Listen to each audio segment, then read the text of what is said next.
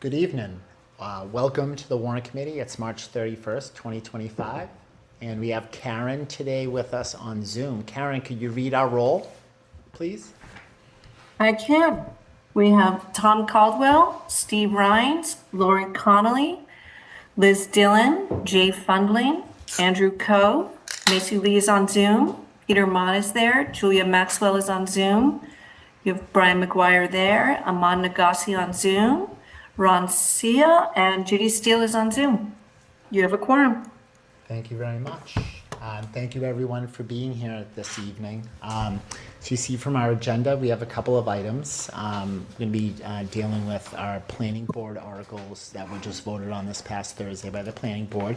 But more importantly, we have the Community Preservation Committee here to present on some of the work they've been doing over the course of the past year and their plans for the future. And they have some articles that they're asking town meeting to consider. So we have two representatives from the Community Preservation Committee, and I'd ask them to come up and join us at the table. And feel free to introduce yourself, and we'll get started. Great, thank you. I'm Tom Callahan. I'm the chair of the Community Preservation Committee, Precinct 4 town meeting member as well. Jenny Russell, vice chair and citizen representative on the committee. Nice to have you both. Thank you. The table is yours. Okay, we have a short presentation and just going to run through kind of a high-level overview. The Community Preservation Act is still relatively new in Milton, so we try to take every chance we can get to give folks, residents, some background about the CPA, and then we'll get into the Warrant articles. Absolutely, Tom. So Tom, just say next slide when you want us to move on. Perfect. So the next slide is just to who we are. The Community Preservation Committee was appointed by the Select Board 3 years ago after passage of the CPA in Milton. So I'm currently the chair. Joe Duffy represents the Housing Authority. Wendy Garpo is representing the Conservation Commission. Peter Jackson is a citizen representative. Rob Levosh is representing Parks and Rec. Kathleen O'Donnell, another citizen representative. Cheryl Tagayas represents the Planning Board. Jenny, as she just said, is a citizen's representative, and Linda Well represents the Historic Commission. So there's 6 sort of seats for commissions and committees in town, and 3 at-large, if you will, seats that are appointed by the Select Board. This is just a slide. Also, just always take the opportunity to advertise that we have funding availability on an annual basis, and we're starting to get ready for next year's funding round. So eligibility applications are due on May 30th. So that's a preliminary sort of application that's pretty streamlined, that allows community members to propose a funding project, and then we determine its eligibility and invite those that are eligible to a full funding round that would be due on September 26th. And after that, we go through a process of interviewing the candidates, the applicants rather, and making decisions. Next slide, please. So the Community Preservation Act has been a state essentially enabling law for 25 years now. It passed in 2000, signed into law by Governor Cellucci, and it allows Massachusetts communities to put to the voters, the only way it can pass is through a voter referendum, a 1%, 2%, or 3% surcharge, up to 3% surcharge. In Milton, we chose to put before voters a 1% surcharge on the property taxes with some exemptions. The money raised is matched by the state every year at a certain level, depending on how that trust fund from the state is, how robust it is every year. So, and we can get into that, but there's always a state match that matches at least part of the locally raised revenue. And the uses can be, the monies can be used for three purposes: affordable housing, open space / recreation projects, and historic preservation projects. So there's three buckets. 10% of the revenue has to be spent in each of those three buckets every year, or at least reserved for spending at a later date in those categories. And 70% can be flexible spending among those three uses. So you could potentially spend 80% of your money on one use in 1 year, 70% of all of the flexible money. It also allows 5% to be used for administrative expenses too. So this is a little fact sheet from the Community Preservation Coalition, a statewide nonprofit that oversees a lot of and assists cities and towns with implementation, with passage of the act. So as of now, 200 cities and towns have passed CPA, so an incredible success rate in 25 years. 70% of Massachusetts residents now live in a CPA community. $3.4 billion raised, 37,000 acres of open space, over 4,000 outdoor recreation projects, 13,000 housing units created and 19,000 supported, and then over 7,600 historic preservation projects funded. So it has a very impressive track record throughout the state. The next slide, please, is really this is a little bit looking ahead to hopefully a favorable vote in town meeting. But this is the recommendations from the CPA committee over the first 3 years. And this gets you a little bit of the Milton analysis of how we spent our money. So over the 3-year period, we've recommended $3.8 million in funding. And the split has been 1.6 million. The 41%, a little over 41% have gone to open space and recreation projects, where we get the most number of applicants. That's the biggest demand. 1.2 million for community housing or affordable housing, and just a little over $1 million for historic preservation projects. So Jenny might want to speak to this too, but we've tried to, we don't have a policy on this, but we've tried to treat each leg of the three-legged stool relatively equally. We get different amounts of demand for projects in different categories, but we've been trying to say we like the three-legged stool of the CPA, and so that's why you see it's not exactly a third, but it's pretty darn close, all things considered, given the choices we have to make every year. So that's the scorecard, if you will, from Milton. Let me just add, Tom, that there was, this represents about 36 different projects over the 3 different years. And that doesn't represent the eligibility projects that we considered. So the first year, we funded, or recommended to be funded, virtually all of the eligibility applicants that came in. The news hadn't quite spread yet about this opportunity. And year 2, it didn't quite double, but by year 3, it's doubled in terms of the number of applications, eligibility applications we received. So word is now out about this, which is great. I mean, it's a wonderful opportunity. And the funding is sort of stable at about $1 million a year. It has shrunk a little bit. It depends upon what the state match is. The Milton contribution is pretty stable. We can know that. We can project that out, but we can't project what the state's going to give us. So it's a rough estimate. Yeah, no, we should point out the reason it's 3.8 million is Jenny's right. We're collecting we have the expectation of giving out about $1 million a year going forward, and that will go up slightly every year, hopefully. But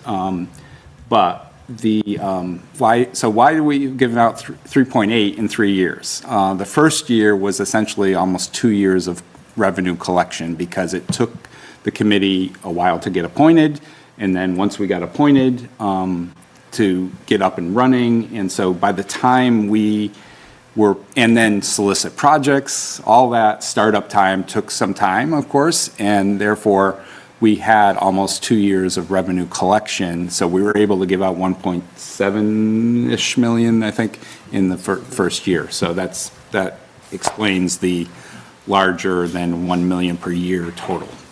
So trying to maybe anticipate a question down the road. So next slide. So there's 2 articles in front of town meeting this year, as always. The 3 years have been the same. There'll always be these 2 articles.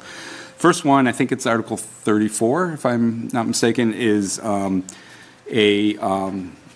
I'd like to say an organizational article. This is just looking ahead to next year. The statute requires us to get a vote of town meeting to basically estimate our budget for next year.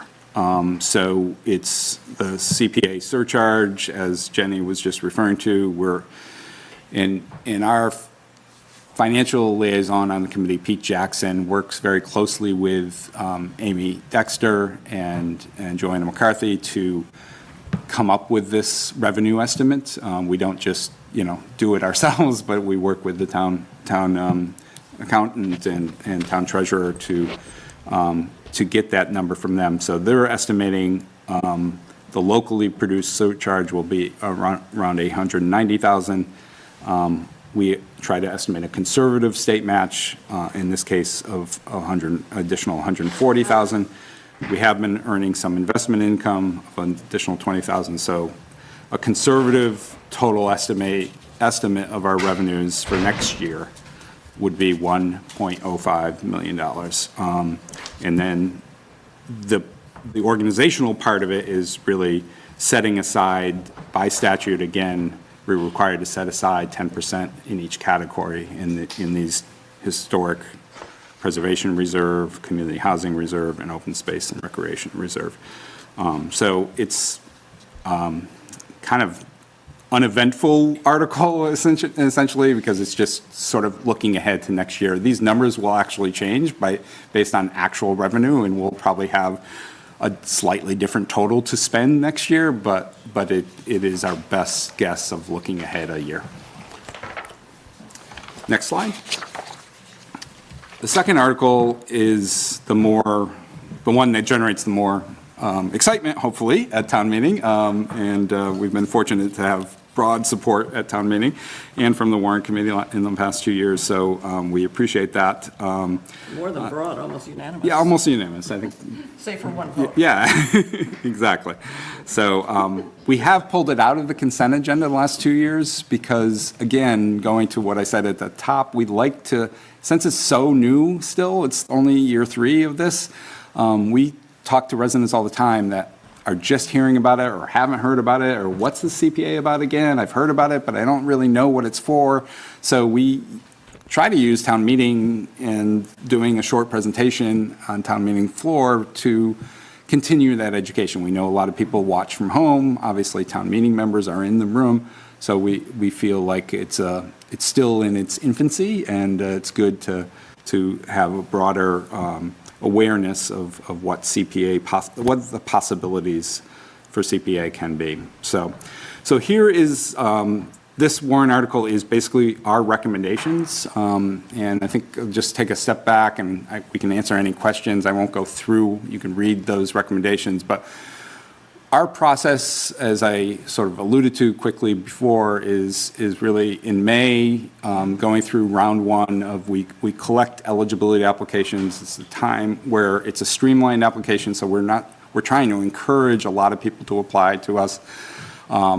We occasionally have had to say, okay, that project is not eligible based on the statute, based on the CPA funding eligibility criteria, but so it's our chance to either advance in almost, a high percentage, 90+% get advanced to the full funding round stage. But it's our chance to meet with applicants, determine their eligibility, give them any initial feedback based on what they've submitted to us.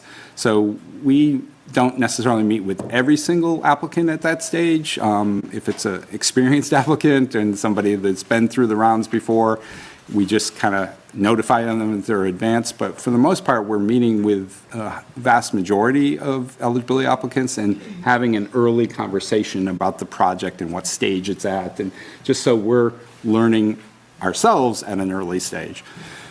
Then we're getting a full application with support letters and full budgets for us to dive into, and project plans and that type of stuff by the fall.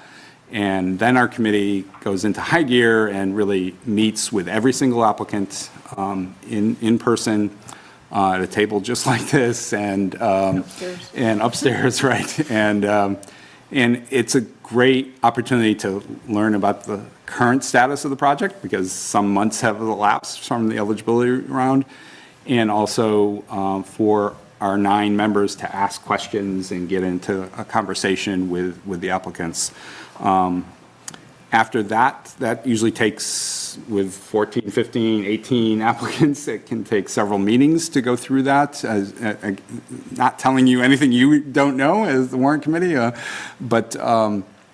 and then we go in public meetings, debate the projects and debate how much, try to match that to our budget and figure out what projects we can fund, what project we might not be able to, or we feel like are not quite ready for funding, maybe could wait to next year. Those types of tougher decisions we've had to make in years 2 and 3 when we didn't have enough funds to fund the complete.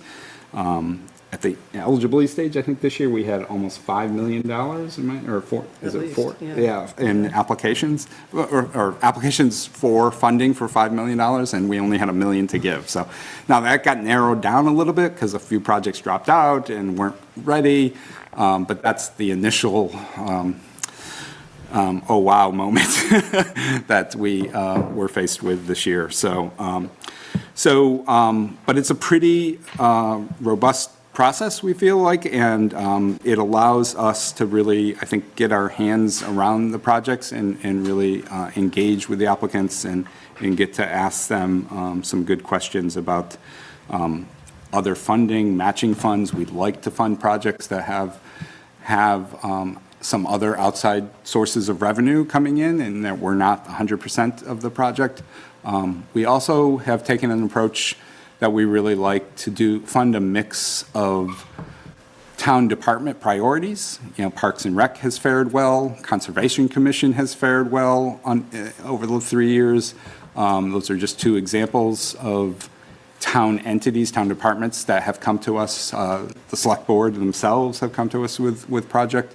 So we like to fund a healthy mix of town department priorities, but also citizen-led initiatives. We think CPA is, obviously, like I said at the beginning, it was voted in by the voters. It only exists because of support among our residents and our voters in town.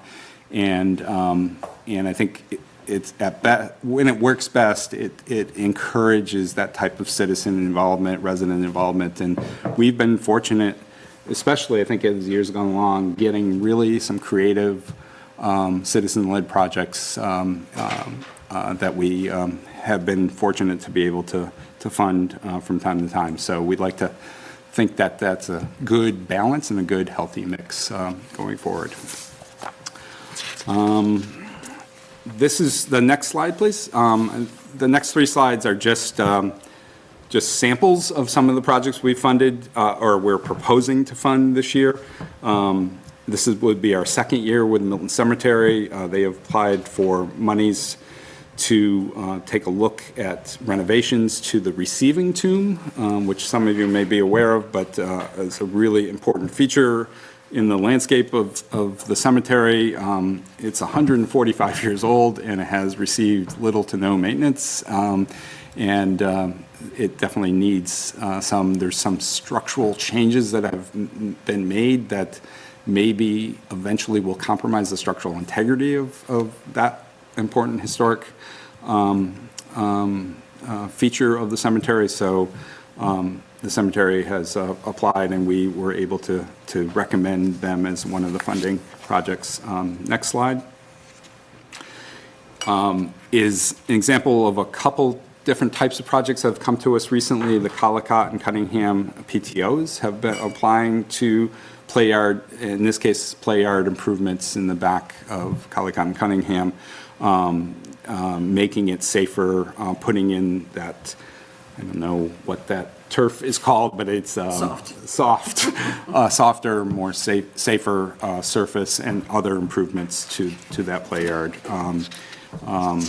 And then finally, and these are just samples of obviously our 13 funded projects, but the Wharf Park, we've been able to provide some funding for not all of what they need. That's a big $1.1 million project, but we've been able to support an application from the Select Board to continue to forward that project, move that project forward. So that would be, we were very excited to see some of the design plans for the farmers markets and some of the events that even could be held in what could be a very signature park here in Milton, or the restoration of a signature park there that could host a broader array of events than it currently does. So anyways, that's, I will stop there because I've done enough talking, and see if you have questions for Jenny or myself. Sure. Thank you very much. Lovely presentation. Thank you for all your work you've done over the past several years. I must say that pulling it out of the consent agenda is a good idea. You like that? Okay. I do. All right, good. I think as a town... Sometimes my friends sitting next to me in town meeting don't agree with that. It's like, Yeah. no. Understood, but I No. think for the initial, you are still a relatively new committee, and there's a lot, there's money moving around, so I think it's good that, you're allowed to explain and kind of show everybody the mission of the CPC and things you've been doing. So I think it's a good idea. Good. I will open it up to the table. I'll start it off with just a question about your public process. This is just more for maybe anyone watching at home, but you do have a pretty robust public process, I think, within the CPC, right?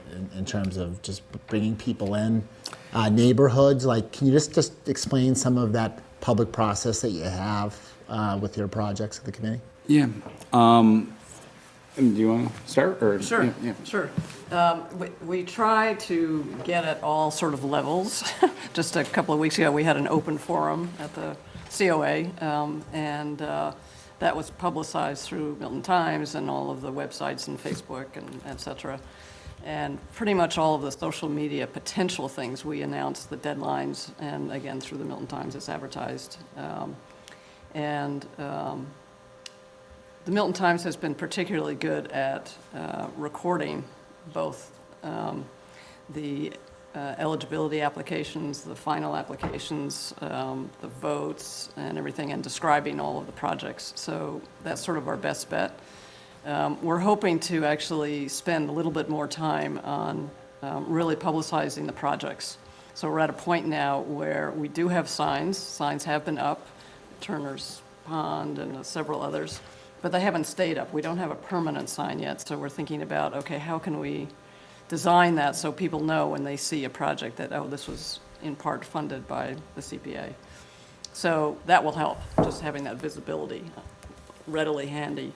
I frankly think our website could be improved. Probably that's part of the town. We need more photographs, professional sort of oomph around that.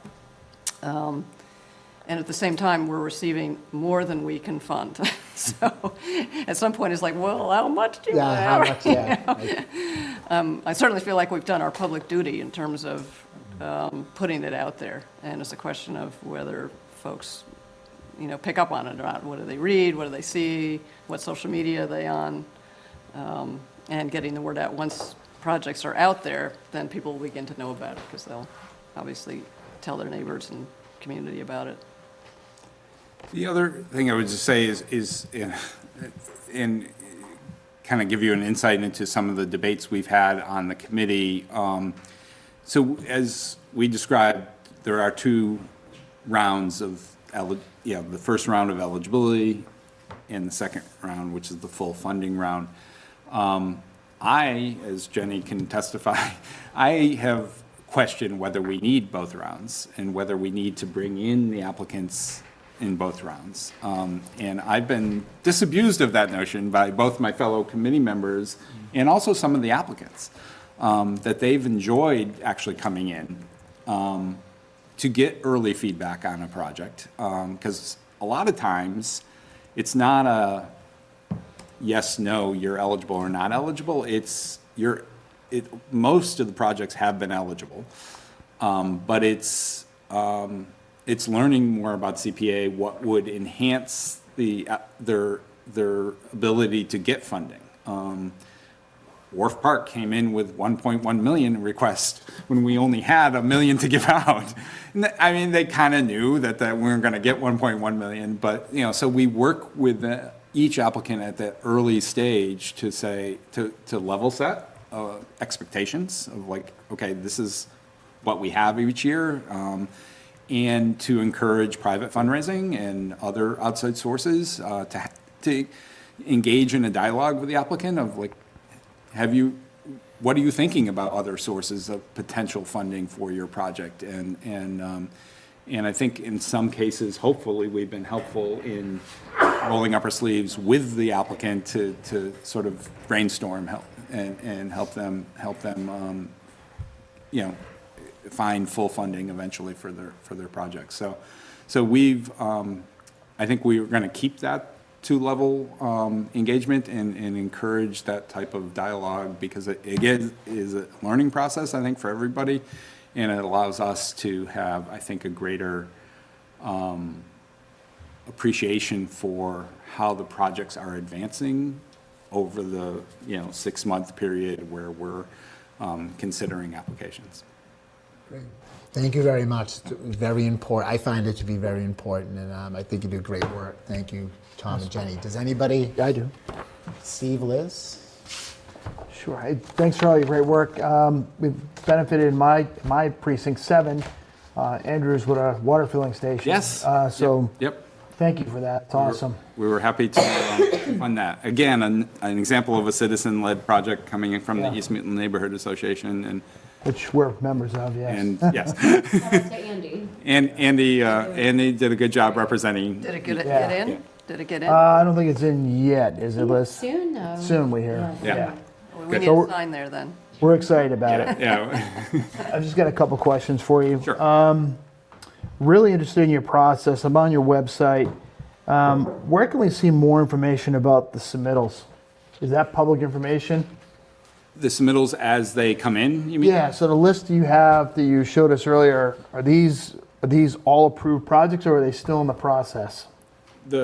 No, in the presentation, those are approved projects. Right, so Yeah. is there more information about those projects that have been approved? Or is that something you, as a taxpayer, I'd be interested, is that information available on your website that says, here are the projects we have awarded, where your 1% is going? Yeah.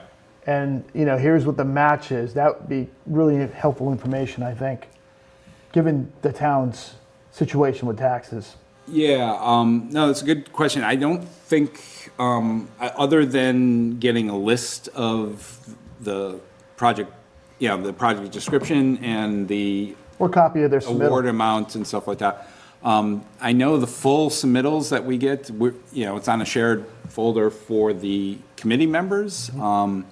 It would have to be probably synthesized a little bit because it's a lot of files to go through. But I think we could put more information about the project Yeah, application. I think it'll help you market this on your Yeah. website. Here are some projects like That's the a water good filling idea. station.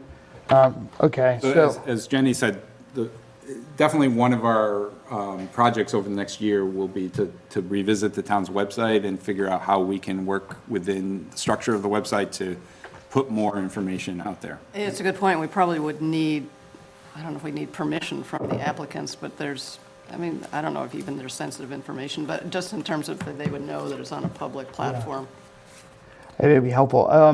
Couple other ones I have. Interested in the thought process behind the funding for Houghton's, which is DCR. Why not fund a project that's owned by the town, like Peverly? Well, we are funding Peverly. We love the Peverly Park project. Peverly Park Playground, if approved by town meeting, will now have received almost 10% of our total budget over 3 years. We funded it at 40,000 the first year, 75, and 250. So we've given out 3.8 million, 365,000 of it, not quite 10%, but close to 10%, has gone to that one playground project. Now, building a playground these days is expensive. It's not their 100% of their budget, so we know they still have a fundraising goal to meet. But we were I think all 9 members were wildly enthusiastic about trying to see Peverly to a successful conclusion. The DCR project at Houghton's Pond is another project that we had I understand it's a DCR property, but it's a project we had a lot of enthusiasm for. So first of all, Joe Kane is the president of a nonprofit called Rise and Thrive. Joe is a Milton resident. He's also a teacher at the ABCD high school, alternative high school. He uses the Rise and Thrive nonprofit he applied for and got permission from DCR for their historic assets program, and I probably have the wrong name for it, but DCR has been actively seeking partners for saving and reviving some of their historic assets. So it's my understanding is the deal is DCR is providing a very low cost or no cost long-term lease to Joe's nonprofit called Rise and Thrive in exchange for the vendor there, in this case the nonprofit, taking on maintenance and capital improvement responsibilities. Nice. So it is a partnership with DCR. We'd love DCR to chip in more cash, but they are providing a benefit here. And so Joe has made a number of capital improvements to the cooking area in terms of it, because they cook hot dogs and other types of refreshments. Our money is for more some of the exterior. That pavilion was a Works Progress Administration 1930s era project. And so kind of some of that wood is crumbling and, deteriorating and really trying to restore some of the elegant beauty of that WPA project. So we feel like that was relatively short money for an asset here in Milton, albeit a DCR property, but a Milton-led resident sort of project. And they're employing students from that alternative high school at the pavilion for the summer refreshments. So it's a job training program as well. I actually met when I went out there and did not really a formal site visit, but just checking out projects that were.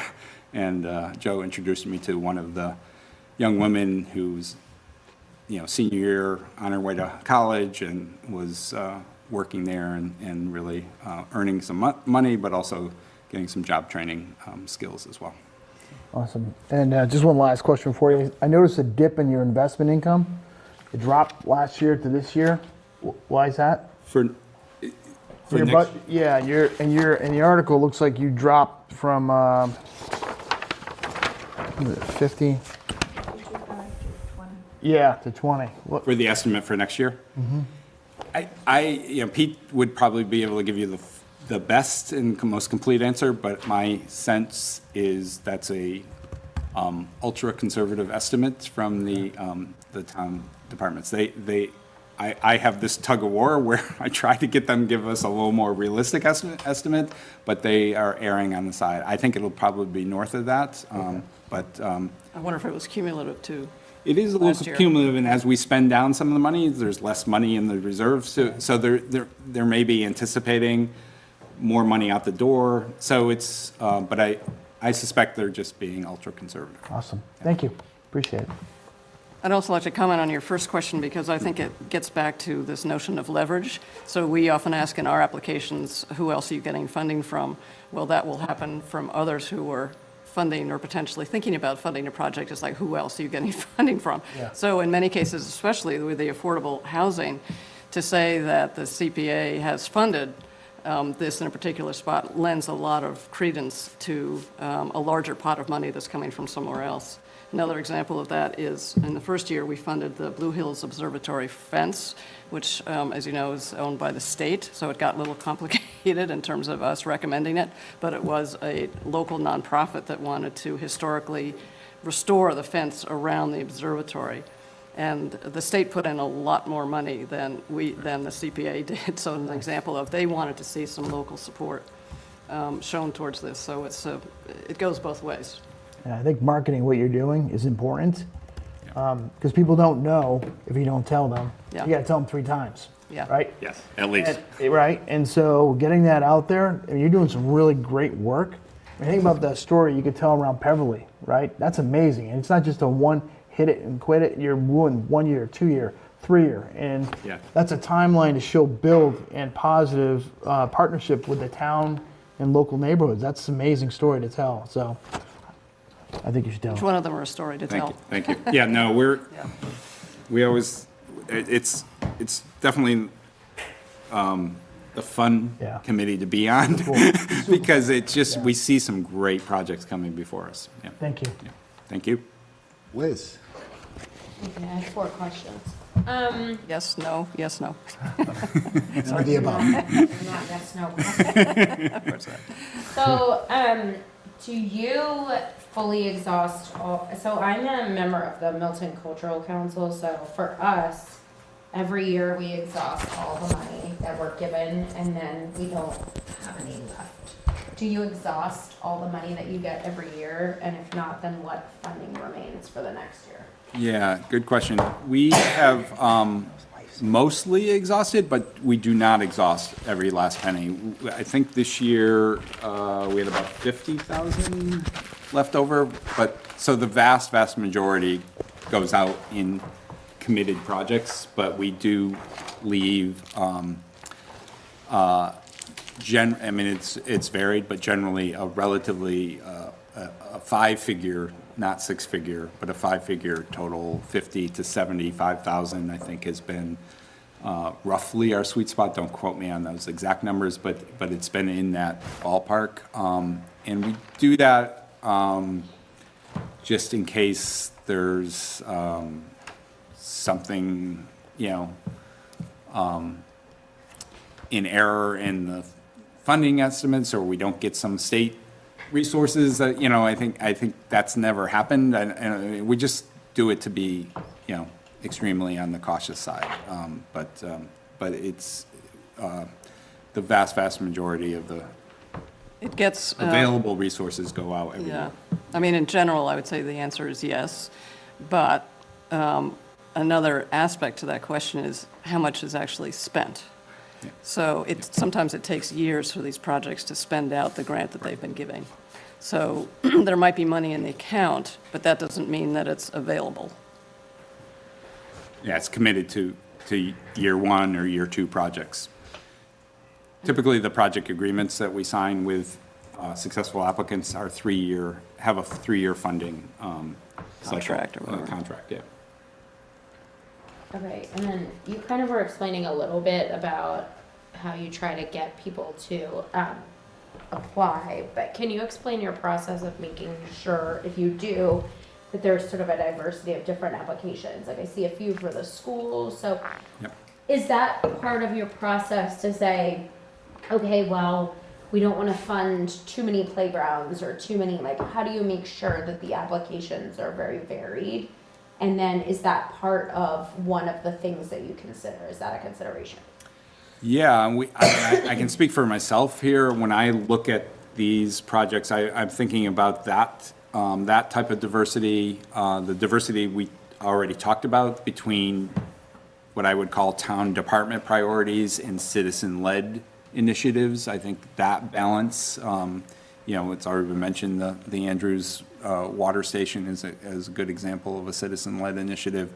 The Pine Tree Brook study to explore a walking path throughout the entirety of Pine Tree Brook is another citizen-led initiative that we were able to fund. So I think we try to balance east-west, balance of East Milton, West Milton, school versus non-school projects. There's lots of things that I think we openly talk about in our meetings.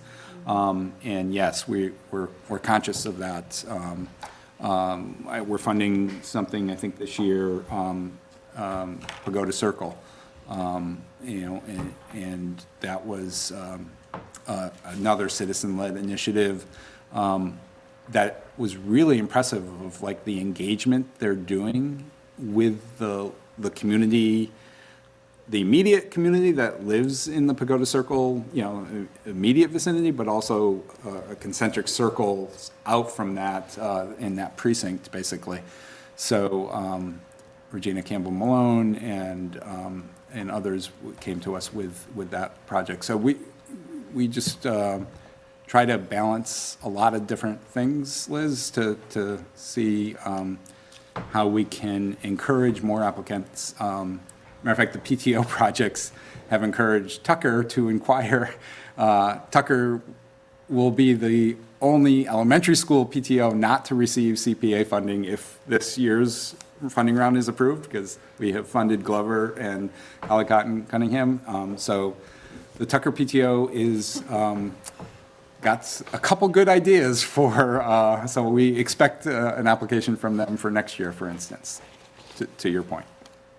Your first question about how proactive are we in terms of trying to get representation, I think has varied from year to year. The first year it was very active, very enthusiastic, going out to every possible organization that we could think of in Milton to let them know about this. I would say that has been less so in the subsequent years, just because we have gotten the proposals in, so we don't feel like we need to go out as much. Now it's a question of how well and how best can we tell the story, as opposed to, hey, we got the money, come get us, come see us.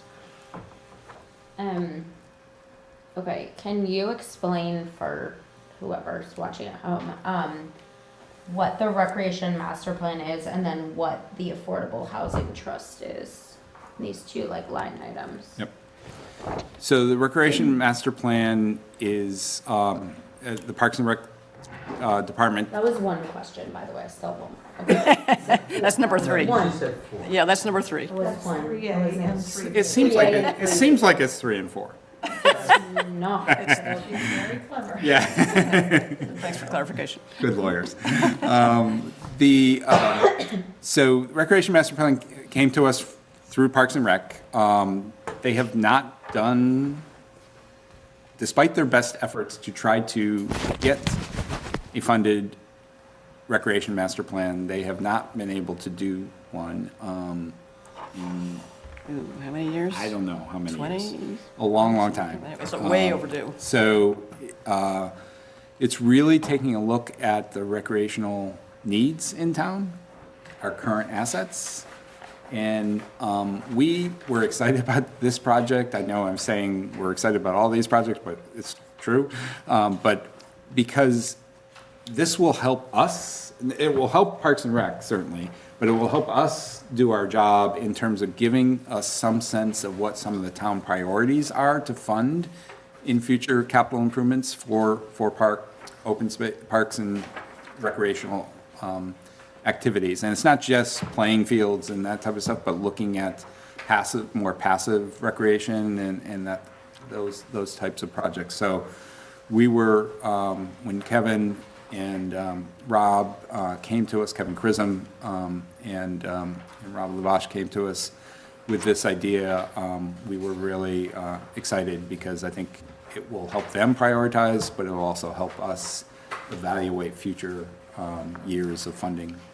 And it will be done by a third-party outside professional consulting group. I can't remember the name of the consulting group that they recommended, but Which will be charged with doing a lot of community engagement. So interviewing town residents, meeting with folks. So we like that process too. Several of our projects had a really robust community engagement process themselves. I mentioned Pagoda Circle, but this is another one where the consultant's going to be charged with engaging with the users of these recreational assets in Milton and getting feedback. it also is presented with a timeline, so we know when the final project will be done, when the final report will be done, so that the Parks and Rec and the community then can learn from that. So 3A or 4? 3B. 3B? Affordable 3B? housing, 3B. So I will take this one since I am a member of the Affordable Housing Trust as well, and I represent the Affordable Housing Trust on the CPC. So the Affordable Housing Trust was set up by the Select Board a number of years ago, possibly in anticipation of us eventually having CPA. It was set up well before the passage of CPA in 2020. But again, the state passed the statute a number of years ago enabling communities to set up municipal housing trusts as a way to facilitate the funding of affordable housing efforts in a community. And so we now are fortunate to have Affordable Housing Trust in Milton. It has 9 members on it, and they are charged with exploring potential developments of affordable housing, the possibility of expanding our affordable housing footprint here in Milton.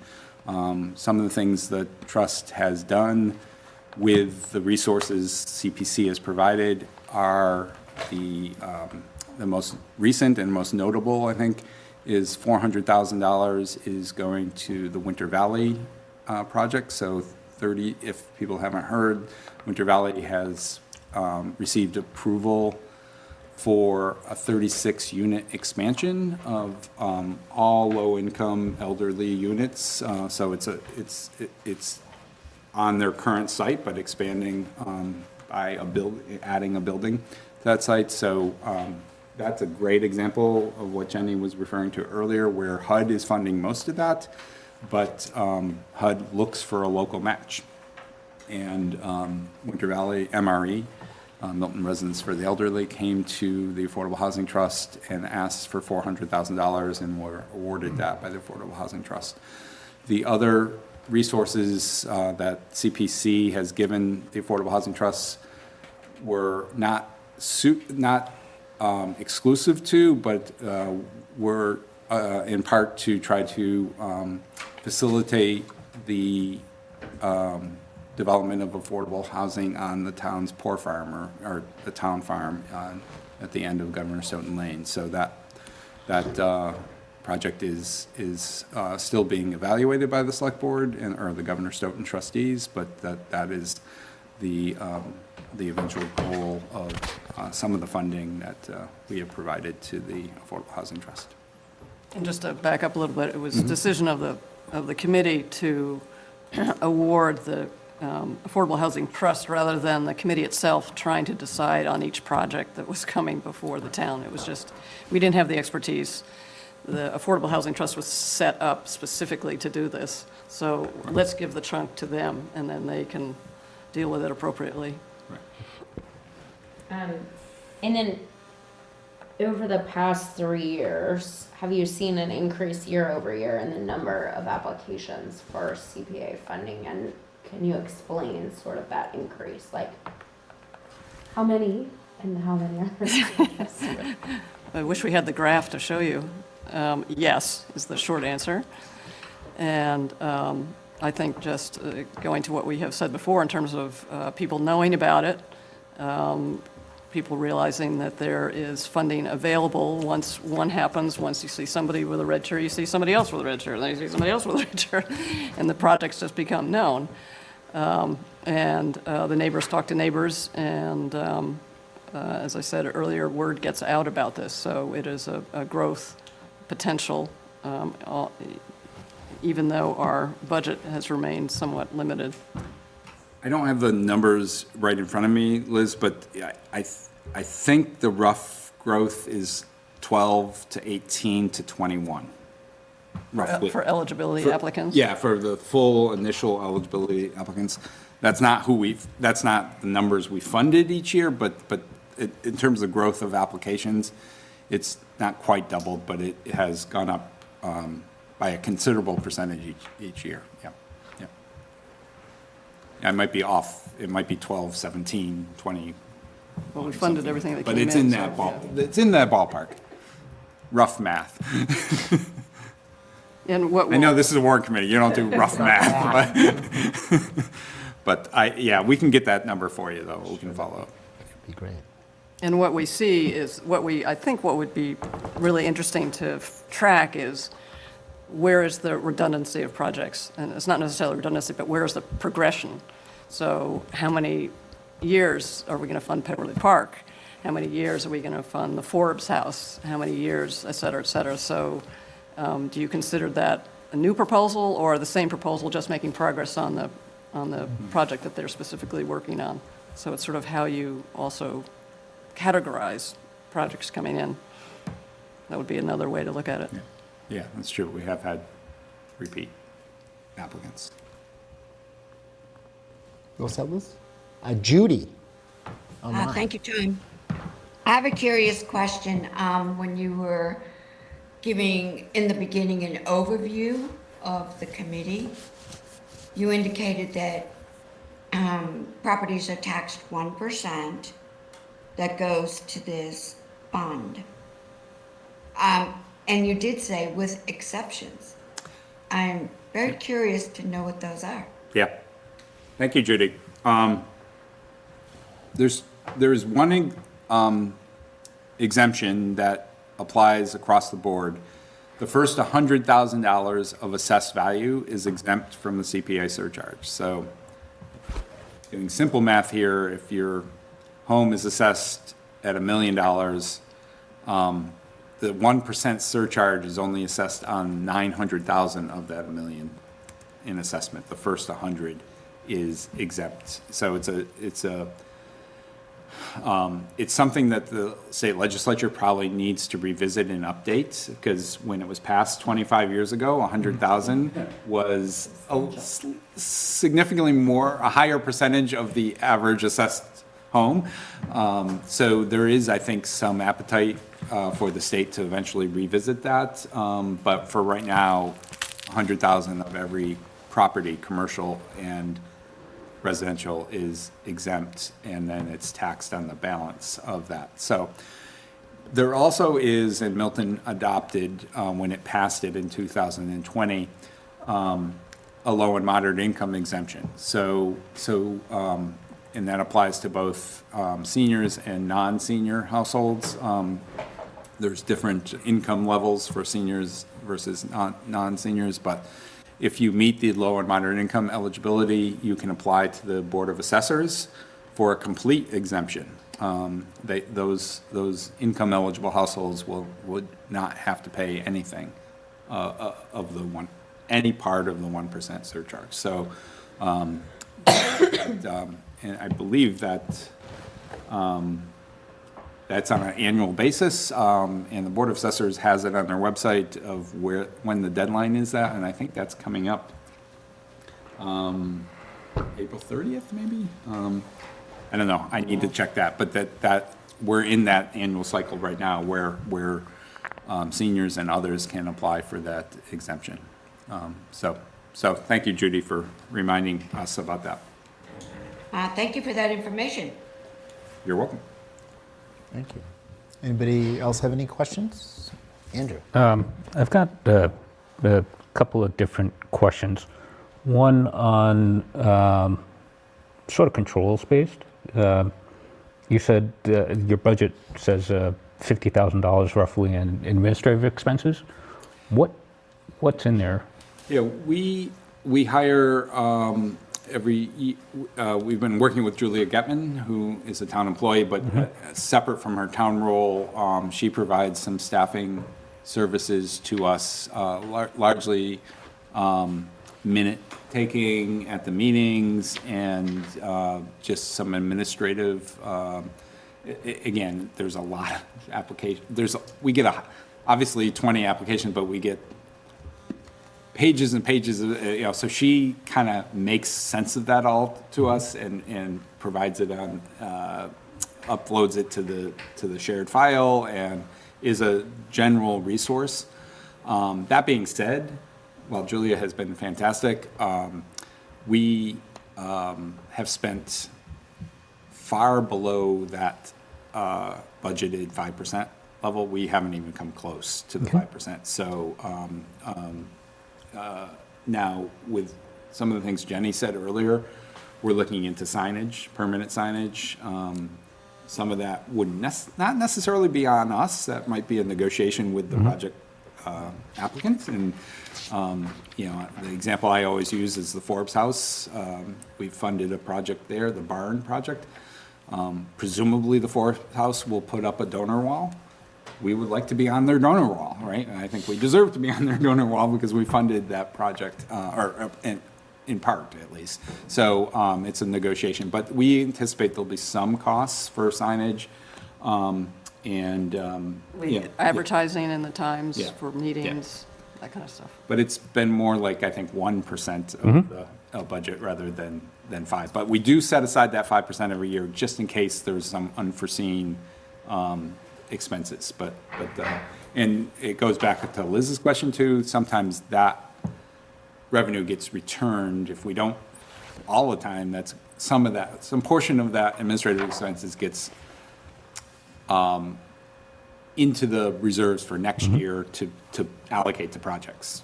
So we don't keep building up an administrative reserve that's higher than we need, for instance. And do you have documented guidelines on how much you do not disperse on a year-by-year basis, or how much you set aside for administrative reserve, or is this sort of happening on the fly?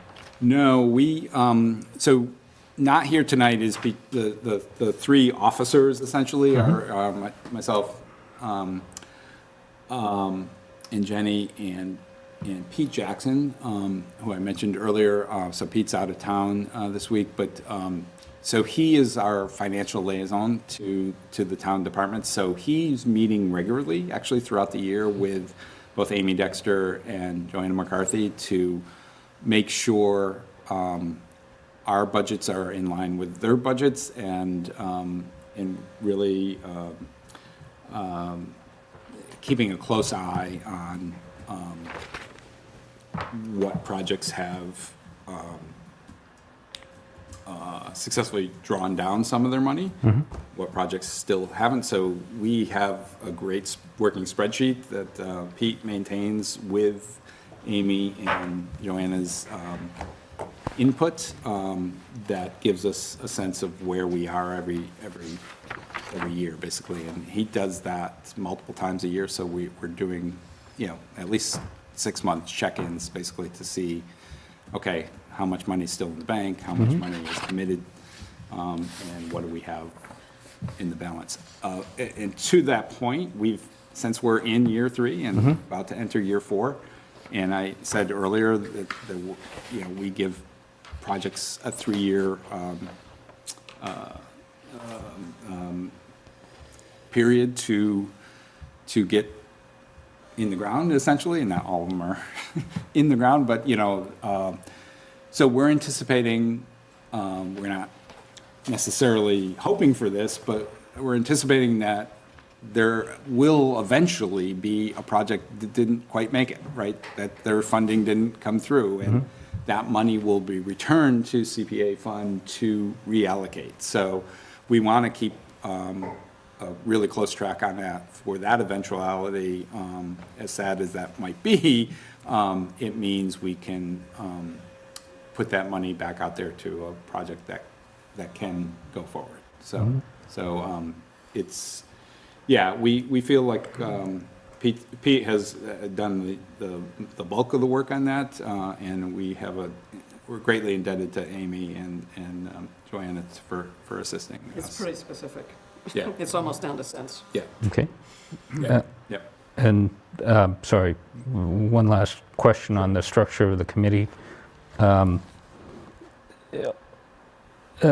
understand all the roles are appointed. Are there term limits, or I guess the broader question I'm really trying to dig at is there a way to ensure diversity of voices and opinions without sort of upsetting the cart and maintaining continuity? And have you considered like a shadow committee advisory committee of more diverse members of town backgrounds, socioeconomic, to ensure that the projects, that the pipeline that you're maintaining isn't, I hate to call it an insider's game, but an informed person's game? Yeah. That's a good question. It's a great We have, question. we have terms as it stands. You have term limits. We have term limits. Okay. We don't We have have term limits. We have Okay. terms. with terms. You have terms, okay. Although we were just talking about that. That's another And issue. just to be clear, I don't think term limits are necessarily good. I'm just how do you ensure that Yeah, so fresh ideas are constantly coming into the committee? and this is, since you're asking, I'll just raise this. This is a little bit of an issue with, I was just discussing before we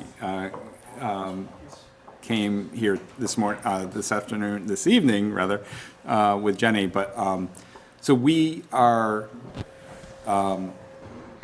currently all have one-year terms. That's actually in violation of the bylaw. So it's an issue we have to go back in a nice way. I think it was nobody's intention to violate the bylaw, but I think the select board just appointed a lot of committees this year to one-year terms. Our bylaw specifically says we need to have staggered terms.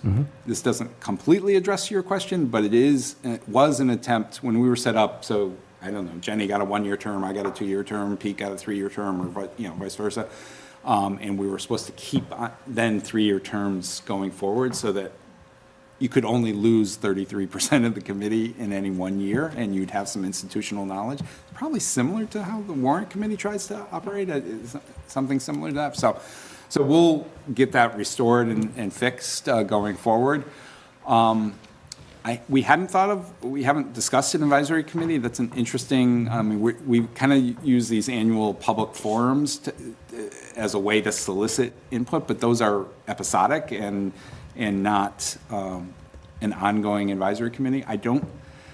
The only thing I would say, and I don't think it would be a problem, is a lot of things we do have to follow the state statute. I can't imagine the state statute would prevent us from setting up an advisory committee. It doesn't specifically call for it, certainly, but it is a good idea, and something we should put on a future agenda to talk about, because I'm a big believer in getting all of Milton kind of aware and advising our committees. Our committees themselves, right, we have an all-white committee, for instance.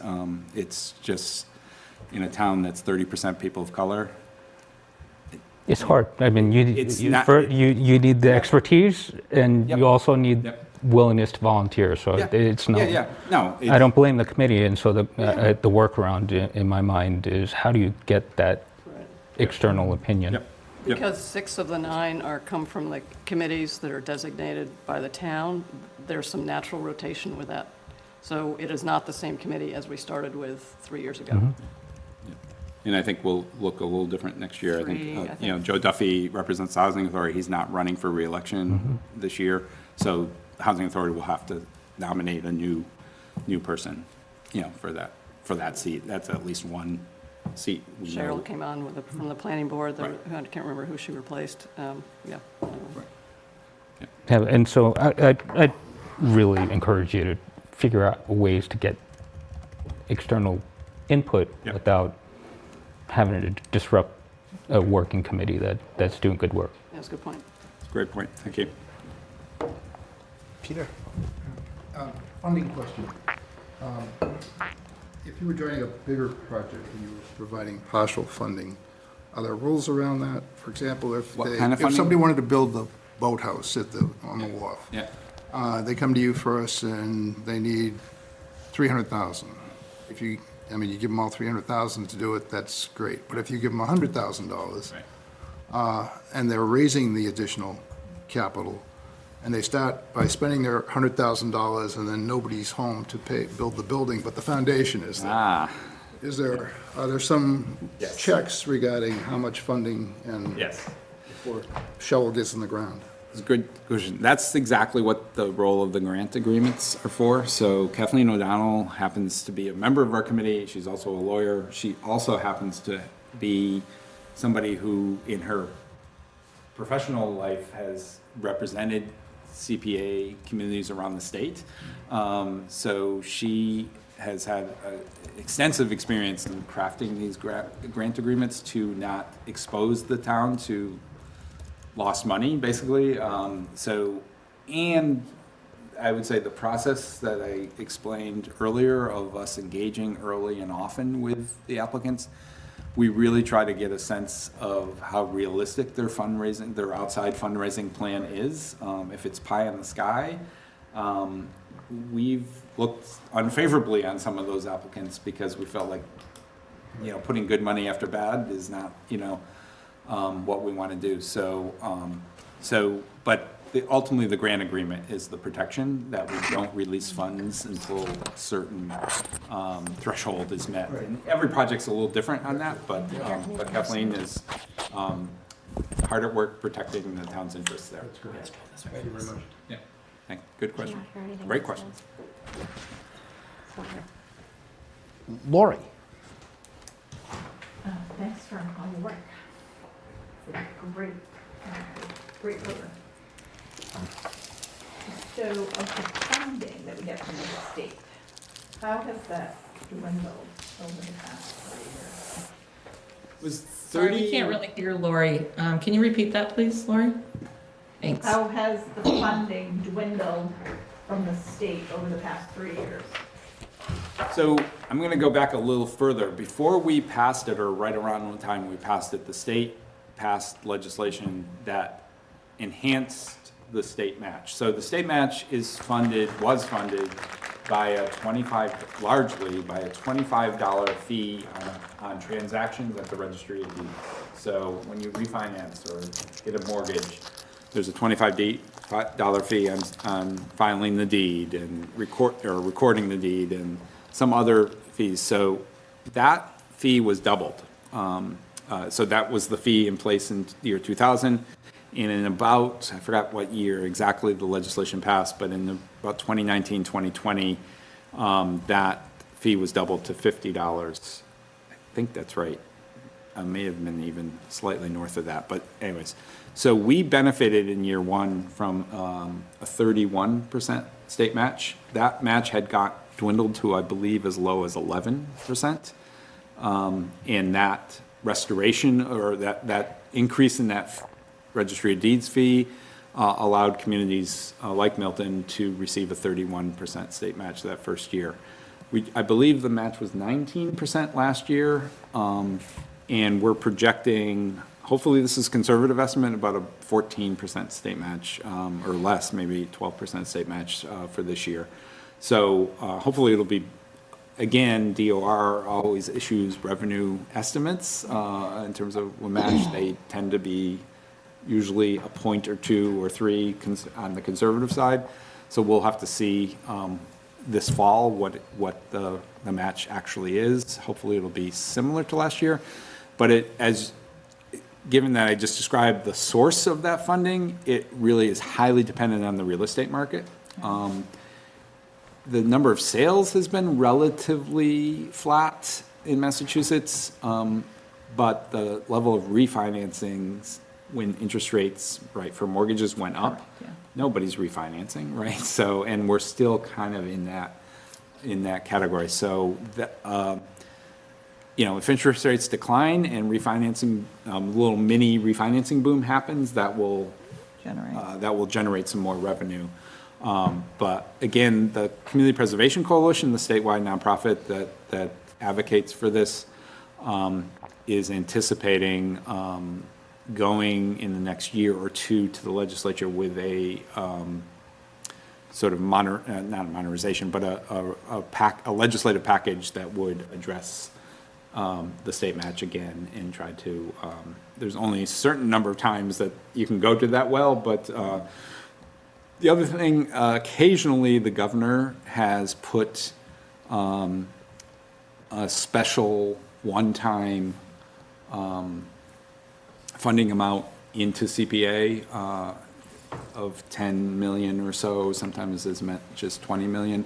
That hasn't happened in recent years because the state budget has been much tighter. But that has happened a few years in the last 10 or so. So again, the CPC, the statewide CPC is always advocating for a special one-time source too. But I remember when we were voting on it, the big sales pitch that came with it too was that it was being matched at 100%. And I was like, No. I don't think they're matching That at was 100%. the first time we voted on it, not the first- second time the we first voted on it. Yeah, in 2012, when Milton turned it down. Yeah, with the many 100%, yeah. Many communities were still getting 100% match, I think, or close to that. I was involved in the campaign, so I believe we said 25%, and we second ended up one. with a 31% match Well, that's good. the first year.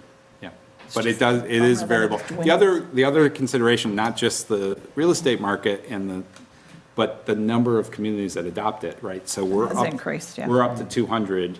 I think when Milton passed it, it was 170, 100 and something in that range. So another 30 communities have come on, and the pie only gets Gets split. smaller. Right, exactly. Right. The success of the program is its biggest problem. Correct. And who invests? Is that Joanna, the treasurer? She is, okay. And does the state have any policies in terms of shovel-ready projects, like we're ready to build a playground versus doing studies? They don't. The beauty of CPA, sometimes the frustration, but the beauty of CPA is the state doesn't have a lot of rules. They do have the 3 funding buckets, and there are, we can't use it. The example I always use was we're putting new dugouts in Kelly Field, the baseball and softball fields, in the coming year. I think later this year that those will go in. We can't mow the grass at Kelly Field. Just can't do basic maintenance, right? That's not within the parameters of CPA. So capital improvements, yes. Maintenance, ongoing maintenance, no. So those are some basic rules. After that, it's pretty much up to communities. That's where the grant agreements come in. That's where communities can, decide their local priorities. They're really set at the local level. The coalition has done a nice job of presenting some templates of if you can answer this question, yes, if you answer this question, then no, proceed to the next state and that next step in the process kind of thing. And for each of the categories, which has been really helpful to the committee, because sometimes we get applications, we're like, does this apply? Is this, because some of them, it gets a little fuzzy around the edges of the box. Yeah, I can imagine. Do you keep all the applications and go back to them? So if there's 5 that you didn't look at this year because you didn't have enough money and based upon your hierarchy? We look at all of them every year. Even the ones that you had turned down 2 years ago, you'll revisit them?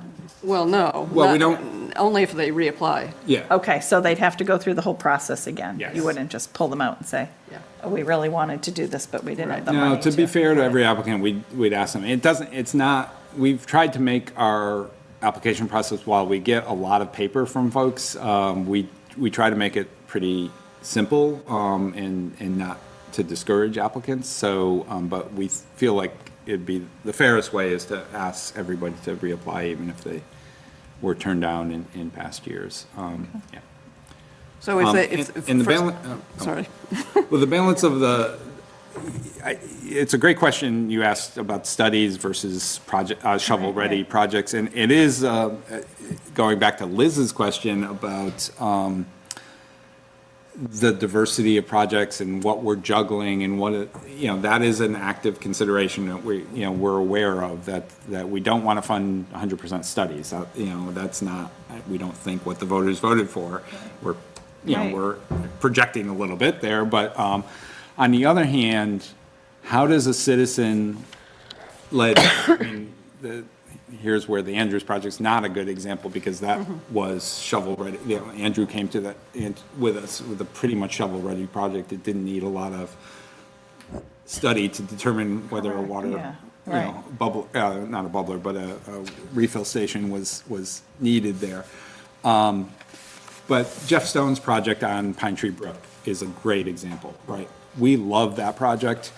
But the study is really to take a look at, Pine Tree Brook runs from the Neponset behind Steel and Rye all the way out to Yulin Rink.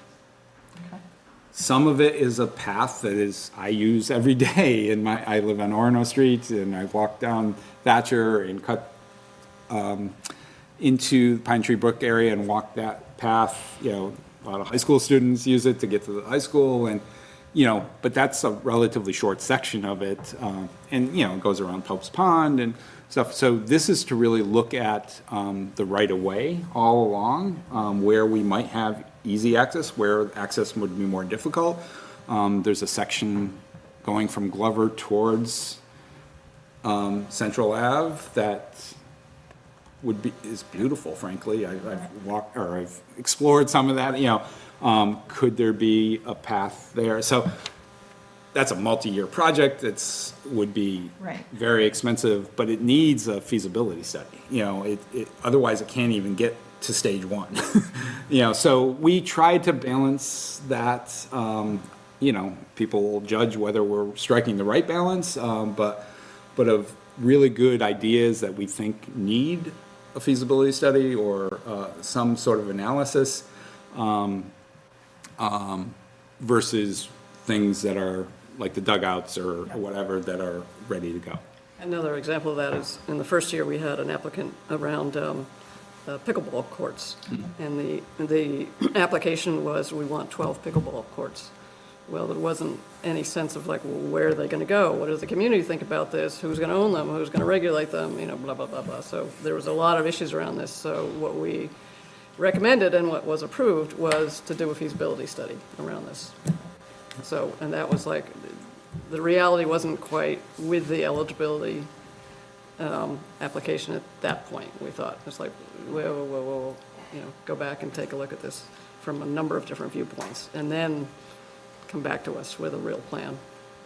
Well, and I bring that up because I think that the studies, when you do a study, if the town, which we all know the current financial situation of the town, that if we're doing a study that potentially, if you want to run a path along Pine Tree Brook, will CPC fund the whole project versus the town, and who will maintain it versus needing 2 more staff members that we might not be able to afford.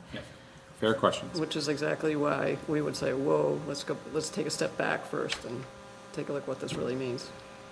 Right. I think that's I love that idea, but it's a 20-year build-up. Right. Those things don't happen overnight, right? Wellesley's got a great brook walking path, series of walking paths, but that didn't happen, overnight. They built that out section by section, sort of like how bike trails get built, in the area, and so I think, I think it's thinking about all those things, but really trying to, again, is this a project worth taking to the next level so that we can more fairly evaluate what the short-term and long-term potential of this project is? But, And yeah, that would have to have multiple funders. Oh my gosh. And then I guess, so I'm looking at all the open space, which I think you said was a lot of was the majority of your applications? Yeah, we get more applications for that category than any other category, yeah. And, Open space and recreation combined. correct, Yeah. right. So like Cunningham and Collycott, the PTO, this funding, will this actually complete their project, or is it only partial? It's partial. So Yeah, go ahead, sorry. would you take other money so they could complete it this year and get it done? And then, like, make the decision on, it seems like if all of these are just partials, do you try to focus on one or two and complete something? They had already raised some money, I think, so Yeah. they'll be able to do it Okay. Yeah, in that particular case. But do we, like, require applicants to need to get outside funding? I mean, we've talked about that a little bit, and it would be, So we have pushed, no, there's not a hard and fast, you have to bring outside money to it. We have definitely said to applicants pretty consistently over the last 3 years that we think having outside resources involved in your project is enhancing your application, right? It gives you a leg up because we have a stretched budget. And so, but we have decidedly not gone to the next point, which is you have to have outside money, because we understand there's some projects that just are not in that stage, don't have the same capacity as other projects potentially. They're just not as fundable by an outside source, so there's lots of different reasons why I don't think, the current committee at least is going to go there, but we do encourage people to think about outside resources. And Jenny's right, the two PTO projects, we asked them to sharpen their pencils, they did, but we asked them to show us their outside funding, and they're both putting in substantial resources. A lot of our open space projects have, the dugout project I keep mentioning, Mary C. Lane improvements, the sports leagues put in a fair amount of money, and the various sports leagues that use those fields. So the baseball, Babe Ruth, and softball, Milton Youth girls softball programs have put substantial resources, and even town residents have contributed in-kind resources as well. So I think of the 13, there's only 2 or 3 that we are funding completely. It's 100%. Other than that, they're all have other funding coming into it. So it's a little bit of it's all over the place. project by project, really trying to evaluate who can get by without our full funding, and how we can leverage some outside resources without putting an undue burden on any one project. To set, we don't want to set anybody up to fail, and here's a few pennies and go raise the rest. If we really think it's a good project, Peverly's a good example. We probably are in for about 50% of their total project costs over the 3 years, or roughly, I don't know, I can't remember the exact number. We realize that other 50% is still a big number, right? If we funded 365, they got to raise another 300 or something like that. So that's not nothing, and that's, but it's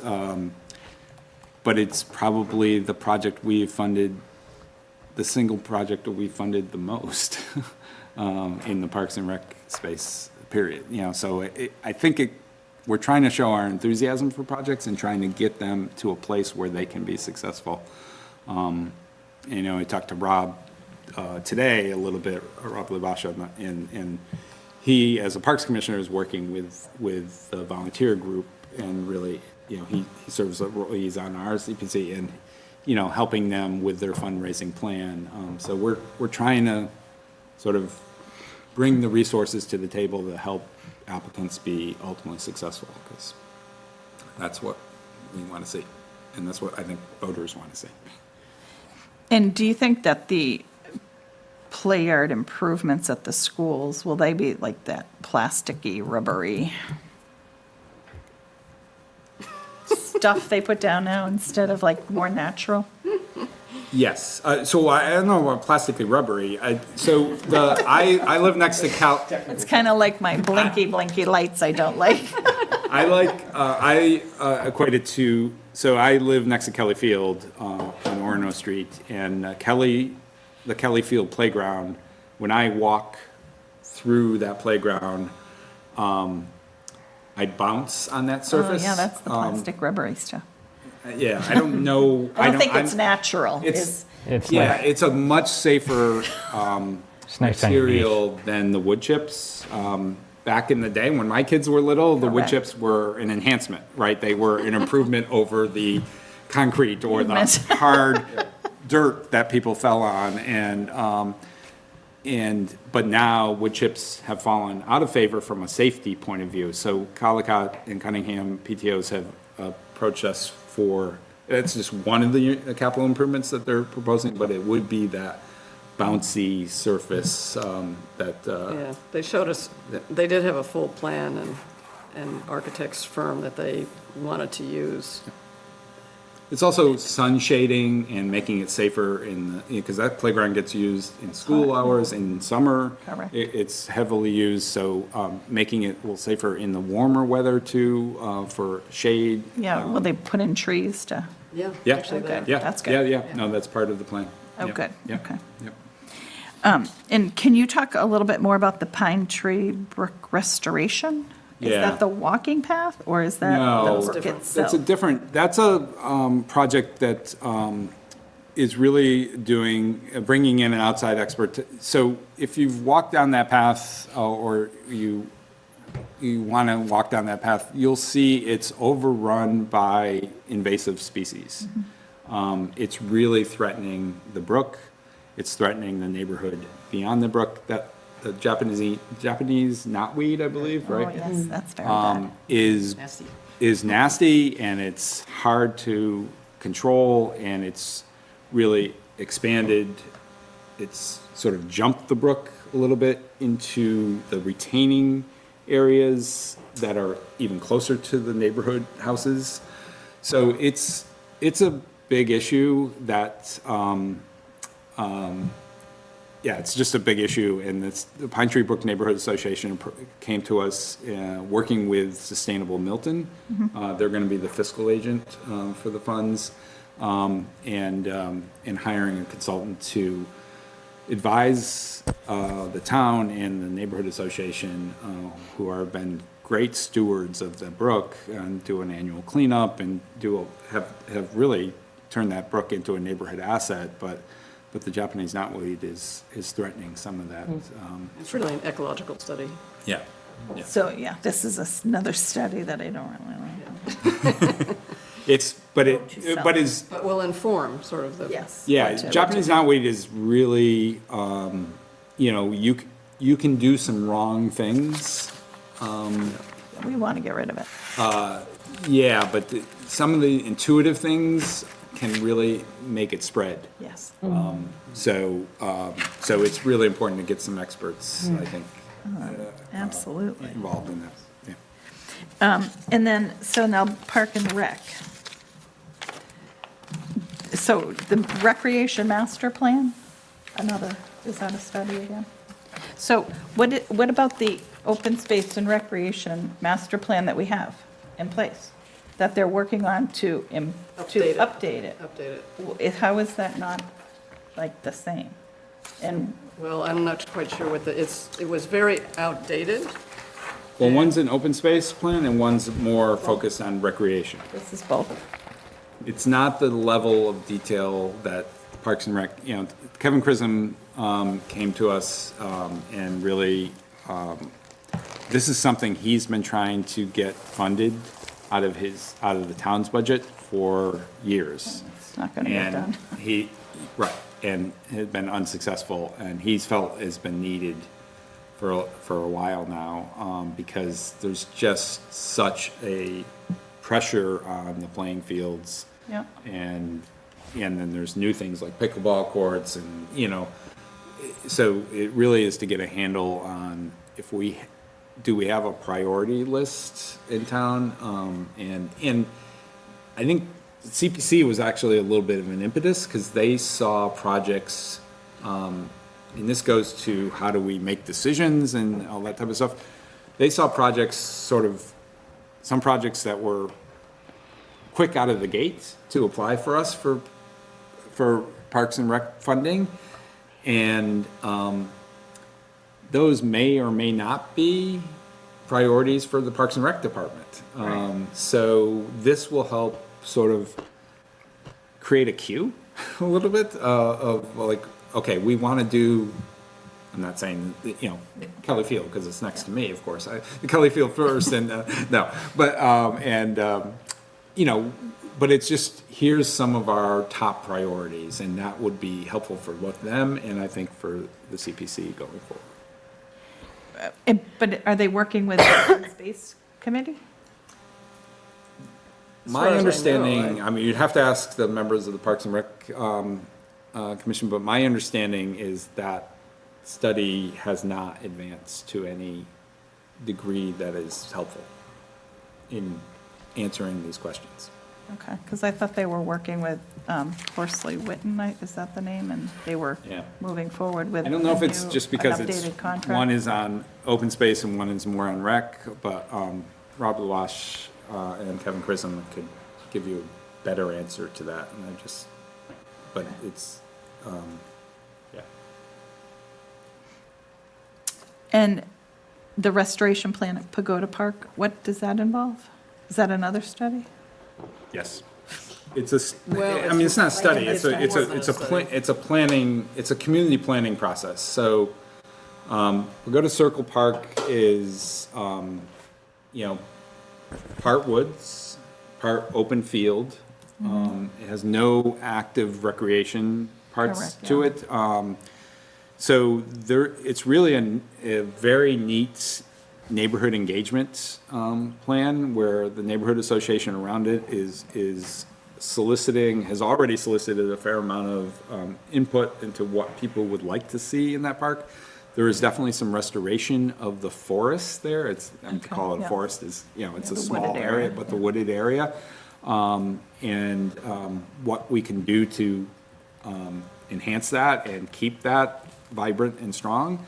But also, is there support for a smaller play space for toddlers, or, it's a limited space there. It's not a big field like Andrews or Kelly or whatever. So I don't know what is going to come out of that, but it's a really unique, I think, engagement with the neighborhood. So it's more of a community engagement. And also an education about what's there, are there invasive species there, are there trees that should come down, trees that should be saved, and if the trees should be saved, what do we have to do to save them? Right. Yeah. And so which trees do we treasure, and so it's kind of getting a community sense about, like, what's the priority for this small area that's all of our backyards. Right. Okay. And what about the last one? It seems like I should be attending your meetings. Yeah. You're welcome. I don't have a lot of time. I attend a lot of them, but I kind of like to do that. The Friends of Neponset Esplanade? So that's another citizen-led initiative. So as you come out of Mattapan Square on Brush Hill, on the right is that brick DCR building. Oh, yes. That has sat vacant. I've been here 30 years, and I don't believe it's ever been used in the 30 years. So that's another building that's potentially, I think, open to a DCR historic, I forgot what their program is called, but sort of a partnership. So a neighborhood group came to us and said, we'd like to explore turning that into a Milton asset. Again, it's really, they've had some good conversations with DCR. DCR is very they would like to see resources that they have activated in their communities rather than setting, boarding up and being an eyesore. Again, it's a neighborhood planning visioning process to see, okay, what could that become? Could that become a teen center? Could that become Canoe launching. a yoga studio? Could that become a canoe launching place? You know, And would DCR fund the whole thing and improve the building so that possibly. That's the Yeah, idea. that's the we would idea. not do that? So we're gonna fund a study to give to them and say, we want you to spend money, $1 million to rehab the building, and then you have to man it for a Milton Teen Center or canoe launching for anyone.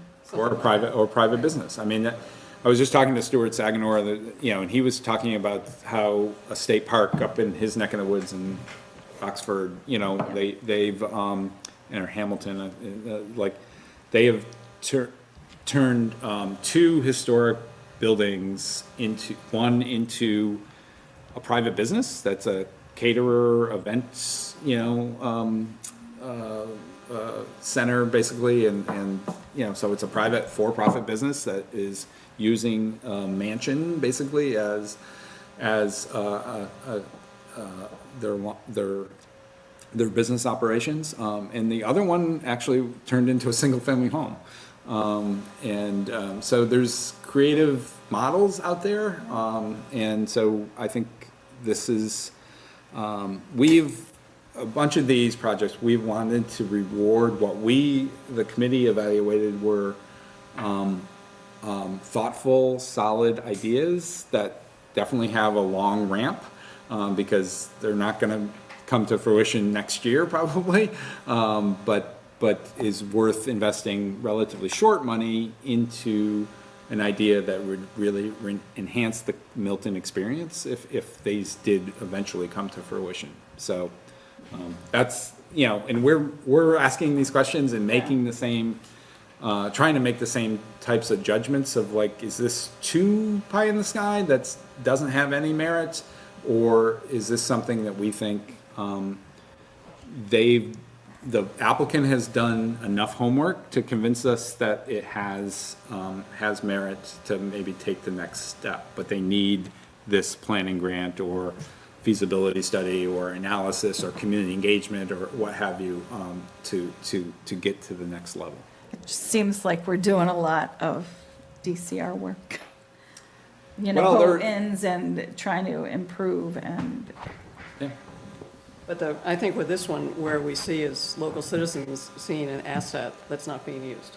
But will DCR commit to the money to fund and do all of that? I mean, are they? Without a plan. are So they without a signing up plan, to- the answer is no. But would they, are the initial discussions like The they initial will? discussions were positive, They and were that was interested. one of the questions we asked, and the applicants really were encouraged by DCR's interest in their specific ideas and interest in. I guess you in can the- flip it, is to say, yeah. would DCR do this level, at this point?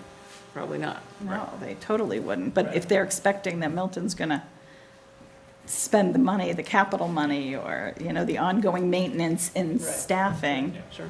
and the financial condition that we're currently in this is kind of pie in the sky, and should we be reallocating the funds to a project that we can get it done?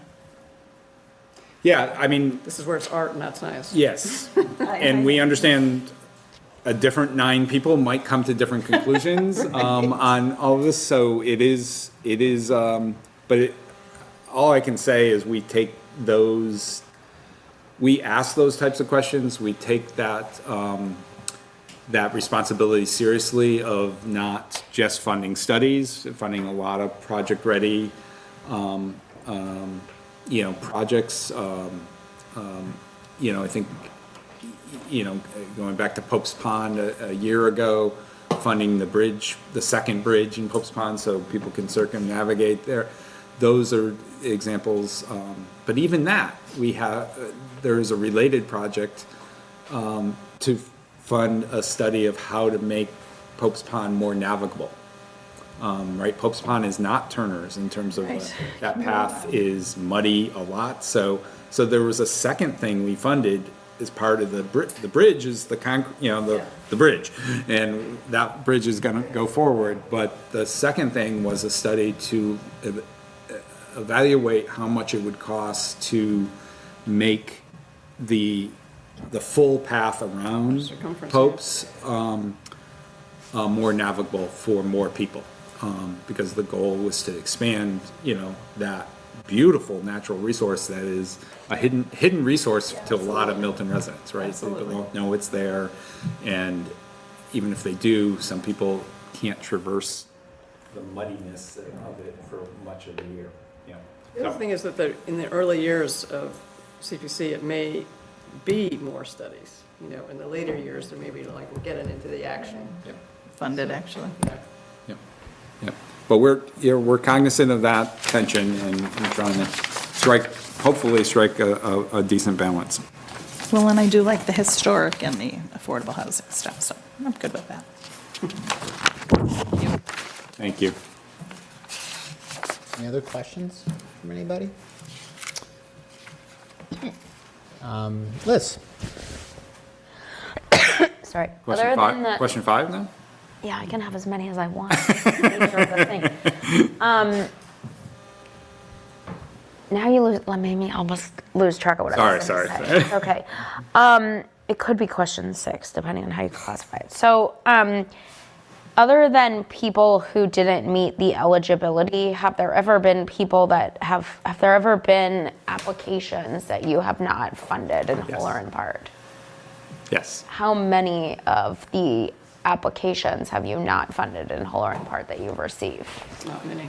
Not many, but there have been a couple that we just didn't feel like the full application. Or they were withdrawn. Yeah, some of them been withdrawn. Some of them didn't advance beyond, they hadn't shown progress from, they got funding in year 1, but year 2, they hadn't shown enough progress to merit year 2 funding. There was a project this year, relatively small project, the horse trough that we didn't fund because we felt like that was fundable outside of us, or wasn't quite ready. So there's been a handful, probably just a handful, if I that, think there were 2 in this year. this year, yeah. Of the full applications that came in. Maybe 1 last Yeah, year. the horse trough was one. I can't remember what the other one was.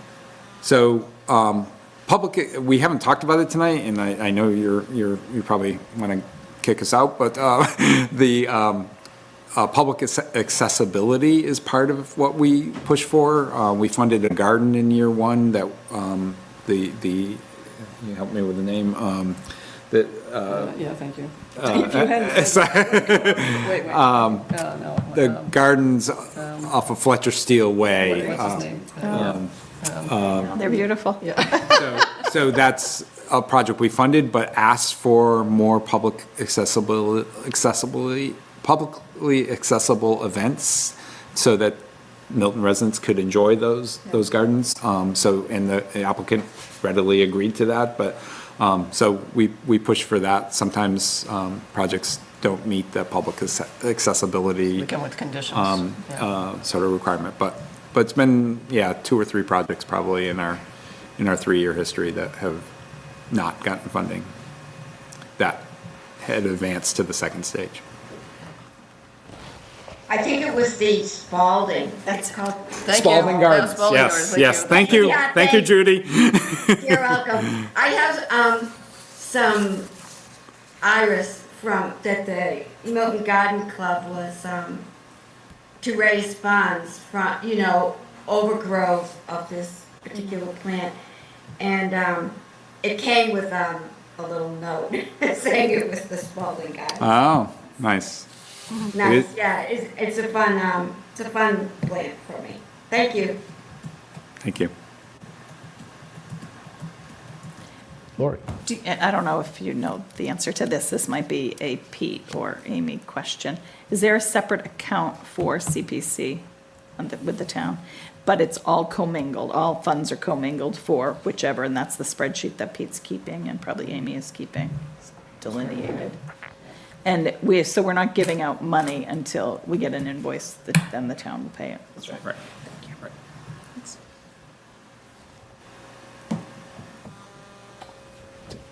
Could I ask a question? And it's just kind of going back to the Peverly Park, and I appreciated all of Lori's questions and your answers just about in the funding and the partial funding. But when I was just thinking about Peverly, because we've heard about it for so long, it's been coming up at town meeting now, I think prior to all of this. But, you know, and I'm kind of put on my town meeting app, but when I kind of saw like the 60,000 for DCR and just when I see that project specifically in the line item, I look at the amount for Peverly, and you know, given the dearth of playgrounds in the area, the importance of the project to the neighborhood, would the committee consider paying for all of Peverly Park? Because I think, what are you, like 70,000 short? I'm just trying to think. The playgrounds are expensive. I think I looked at this this afternoon, and don't quote me on this, but I think it's 627,000 is the total budget for Peverly. We have funded, like I said, 365. So would we consider an application next year for Peverly? Absolutely. We love this project. We want to see it successful. We've had, I think, good engagement from the sponsors, with the sponsors of that project. I think the issue for them really is the timing, and being shovel ready versus the other funds. I know a couple of years ago, one of the pieces of advice we had for them is that they should set up a nonprofit, which they have done. So they're a 501c3 nonprofit now, which allows them to go out and solicit funds. And I know they have applications in, we thought their fundraising plan was, compared to 3 years ago versus now, was well advanced and reflective of, I think, some really hard work that they have done to think about potential funders of that Peverly Park playground. The Ice House developer, for instance, they should be chipping in. They're going to make a nice profit on the Ice House condos, and that's going to be an amenity that's a short walk for Ice House residents to Peverly, right through that Pope's Pond path. But so is that an idea? There are other foundations and other. So we felt like they have put together a really good fundraising plan, and like I said, the largest single award, I think, is to them this year, and but we would definitely, we're not shutting off. Oh yeah, no, but Tom, you understand the question where it's coming from. Yes. People seeing, tax assets leaving the town versus this project. The thing I would push back on, though, a little bit is we're not funding DCR. We're funding citizen-led efforts to revitalize a DCR asset that happens to be in Milton, Houghton's Pond, the Truman Highway, I forgot what the Ponce Esplanade building there. So if DCR came to us, I don't think we would have looked as favorably on those applicants, but we want to reward the organizing and the initiative of Milton residents that are really taking ownership of their communities and really trying to improve them. So it's, I understand, Yeah. I still understand No, it's just, the it's tension, just, yeah, but really. The other thing but just- we want to do everything we possibly can to make Peverly a reality. I live on, that side of town, and that's what really got us initially, is their presentation to us that there is, that neighborhood particularly has a dearth of recreational opportunities, playground space that maybe other neighborhoods other than Kelly, don't have. So we think that's a hole in our playground infrastructure that needs to be filled. Yeah. The other thing we asked of them is, with this money, and to your question, will they be able to get started? And the answer was yes. So they will have something built with the funding that they will receive. It just won't. Doing it in stages, stages, the whole thing. perhaps. And we wish we had more money so that we wouldn't have to do that. The last thing I will say is the last meeting we had is a bonding meeting. We had a great discussion with Stuart Saganor. CPA revenue stream can be bonded. So Joanna and Nick Milano came to this meeting and really sat with us, heard a half-hour presentation on how other communities have bonded the CPA revenue stream. And now there's a trade-off there, right? You're paying debt service. But for bigger projects like Beverly Park or like the Wharf Park, those might be something we consider in the future. And that would be able to fund the entirety of a project in 1 year and then, pay the debt service off. But that was something we wanted to educate ourselves on as a committee, because we haven't done that yet, but many CPA communities have bonded at least a portion of the revenue stream of CPA, in part to do things that have a little bigger price tag. Yeah, well, no, I appreciate the answer and the understanding. The Wharf Park thing looks pretty sharp. Yeah, it does. If that could ever come to fruition, It's an exciting project, yeah. yeah, it looks really nice. Be a jewel. Tom, I have one more question. Sure, Judy. Oh, thank you so much. Did I hear you say that there's a project you're gonna do on Truman Highway, Mr. Callahan? There's a project we're funding. It's the Neponset Esplanade redevelopment plan. It's that brick building at the beginning of, I don't even know what street that is. There are about 4 7 streets Brush that come Hill. in. It's Seven 7 Brush Hill. Okay, 7 Brush Hill. Oh, Thank okay, the you. building where, that used to be the old MDC building. That's right. That's exactly right. Correct. I'm Yep. sorry, I Yep. misunderstood and I wanted to clarify. So it's a study to analyze what that building, what the potential for that building could be. Because it sits squarely within our town. Correct. That's right. That's right. And it's been unused for at least 30 years. Okay, thank you. Anyone have any further questions for our guests or the 2 articles? I'll just say great projects. Nice job. Right. Thank you. Everybody asked my questions. So. Good. Anybody have Yeah, any my projects? favorite member, no questions. No, no. But thank you for that. Thank you for all of your work, because you guys have the toughest job in town. Talk about paper. But we appreciate the opportunity to come before you each year, and like I said, it's good for us to hear your questions. It's also good, I think, for town residents to familiarize themselves in an ongoing way with what CPA can mean for the town. So, Lori. It's not a question. It would be interesting, I would like to see, and I'll ask Pete, but it would be great to see like what you funded in year 1 and how the money has gone out and if it's been completed, to show the trend. Yep. That would be an interesting look Yeah. in your presentation. Yeah, we do have that spreadsheet, and we also have increasing, as I mentioned before, increasing interest in,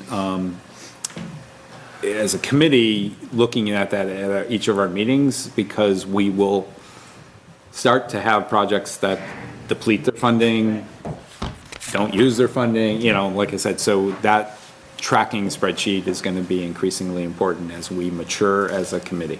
And if a project hasn't gotten off the ground in 3 years, do you take back the money? Or do you have any guidelines around that? We have the authority to take back the money. I think, the best practice that I've heard in other committees, we have not gotten there yet, so we haven't established any policies ourselves, but the best practice is to sit with the applicant to figure out, can they get it done in a, 6-month extension, a 12-month extension? What's going on? Is it dead? Or is it on life support? Or is it really just they need another year? And, I think it would be a conversation. So I don't think we would, at least it'd be my position as one member of the 9-person committee, that we should have those conversations to try to determine. But then if it's really dead, we should take that money back, definitely, and put it out there to maybe Beverly Playground. Just, hypothetically. Just build it. Exactly. I don't see any hands up. Everybody all set? Tom, Jenny, thank you so much. We really appreciate everything. Thank you. And thank It's you been for great discussion. Thank speaking you. with us. Thank you. Yeah, Yeah. thank you.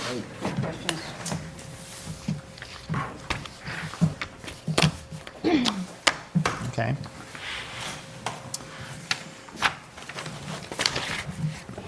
Okay, everyone. Anyone want to have a discussion about our committee? Community Preservation Committee, 2 articles, refund, is it 8, 9 allocations they have in Article 36? 13. Excuse me, 13. Esplanade, Wharf Park Rehab, Pagoda Circle, Parks and Rec Master Plan, Beverly Park, Pine Tree Brook, landscape improvements at Glover, play yards improvements at Cunningham and Collycott, Houghton's Pond Pavilion, the DCR property, the Eustis Estate, masonry, restoration, cemetery, the holding tomb, which Tom and Jenny mentioned, and the Milton Arts Center, window replacement, and of course the Milton Affordable Housing Trust. That's in Article 36, approved projects and grant funding as recommended by the committee. 14 projects recommended, $1,024,964 through CPA funds.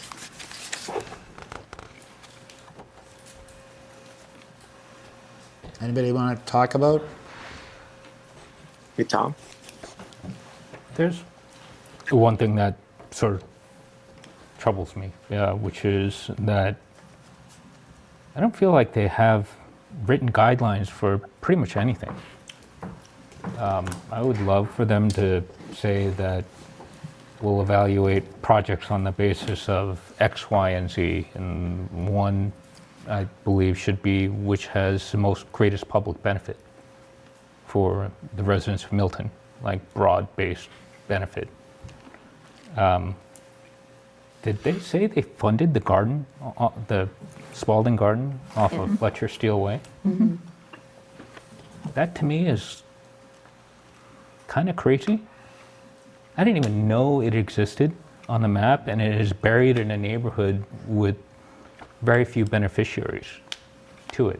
And if this is coming out of every taxpayer, well, in theory, every taxpayer's property taxes, I would prioritize things where it has the greatest community benefit. And I think the only exception to that, I think, is historic preservation, because it's really difficult to do that,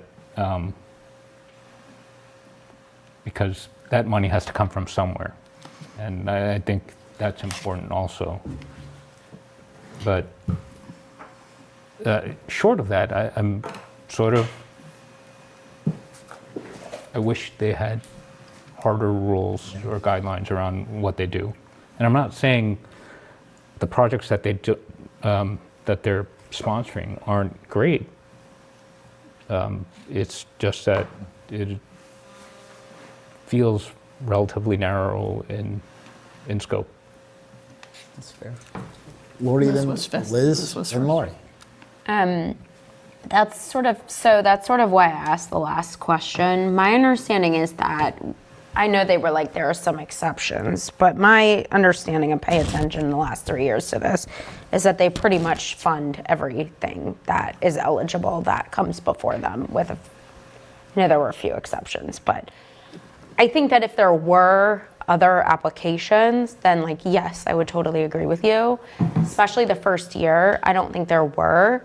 I remember, in that East Milton Neighborhood Association conversation, our friend Andy, who really did a great job of getting that water pump for Andrews Park, one of the things was that it was this sort of, oh, there's CPA money all of a sudden, and we could be using it to benefit the people of East Milton. And I think people, that weren't necessarily paying attention didn't really know that it was an option, especially in that first year.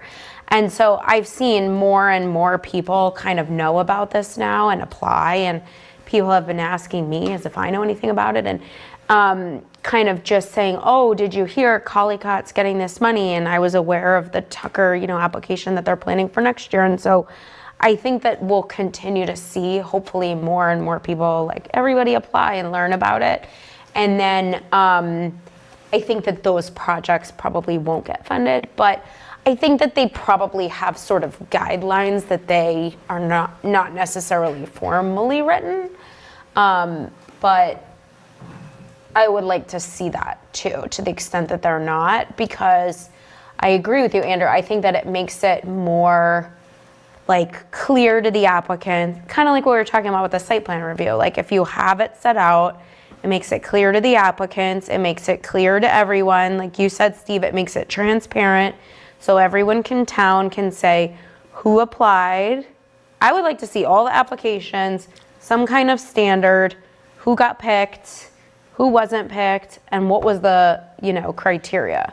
So to the extent that that doesn't already exist, which I don't know that it does, I would like to see that. But yeah, so just kind of to agree with all of you. But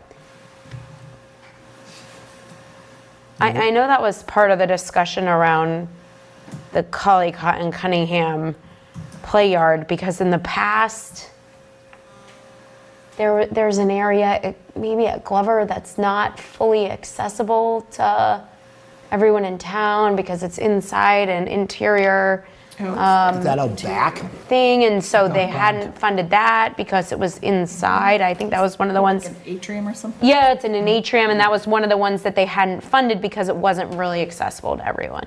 So to the extent that this isn't fleshed out someplace, I agree. I think it should be.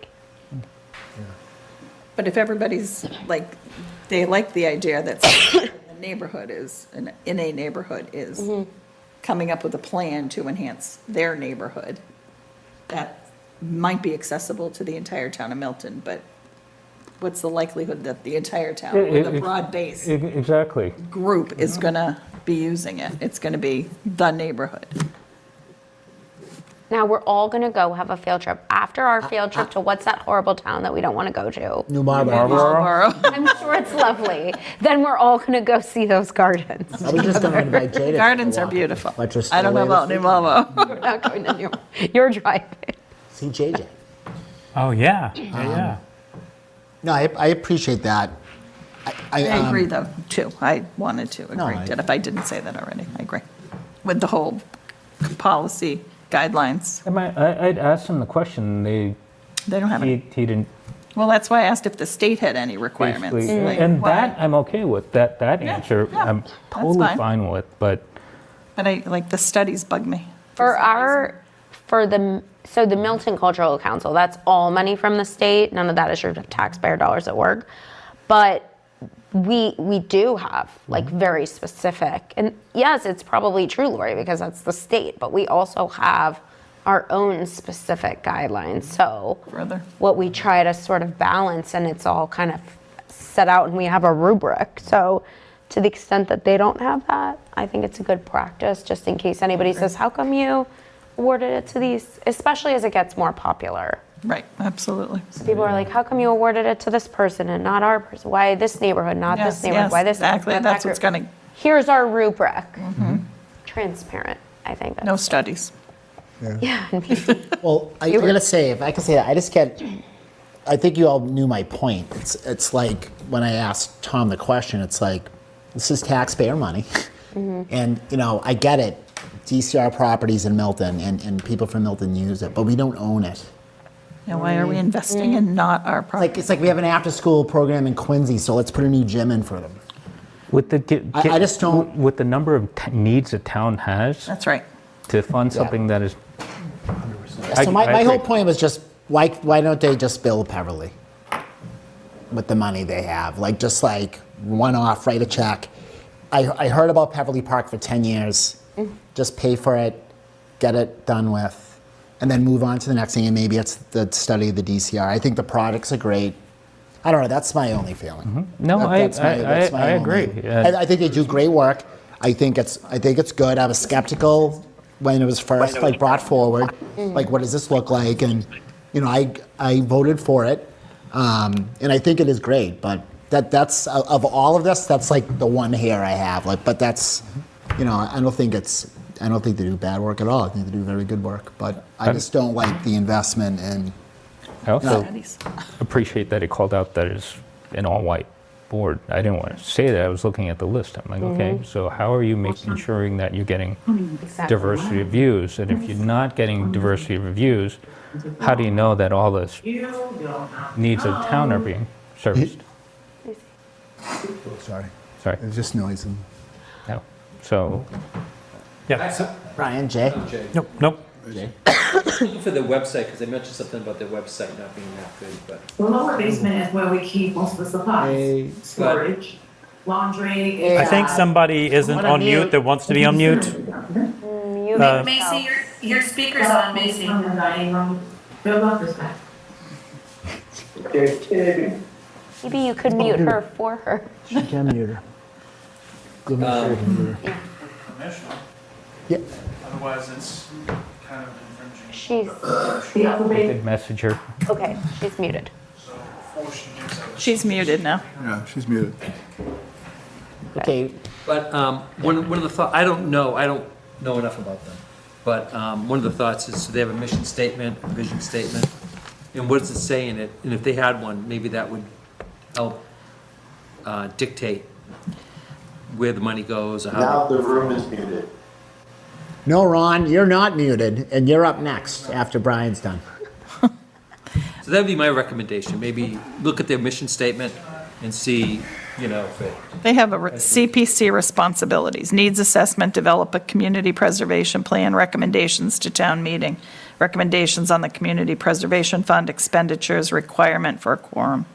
So they have some guidelines, But if they don't have funding guidelines. but not funding, but just around the nature of the committee. Maybe go back to the beginning and start again. That would dictate where they're gonna put the money. Yes. Ron? Hi, can you guys hear me okay? Yep. Yes. Okay, just one real quick comment. A couple months ago, I did meet with the Parks and Recreation folks. And I met with Director Chisholm and Curzum, and he had mentioned that I had raised a lot of the questions about specific parks and specific maintenance schedules, what is their plan? And his comment was that a lot of the work that they need to do will be dependent on the master plan study that the CPC is doing for Parks and Recreation. So just putting that comment out there.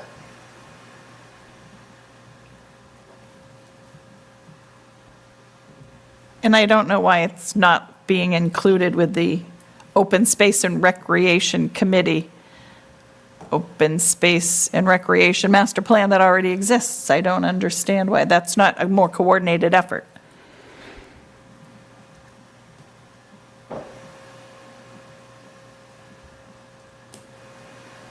But I'll follow up.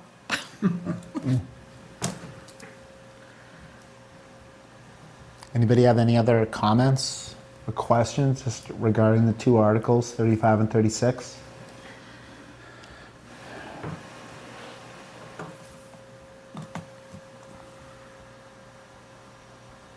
Anybody want to, I'll make a motion what would that motion be, Lori? to approve Article 35 Can I do them together?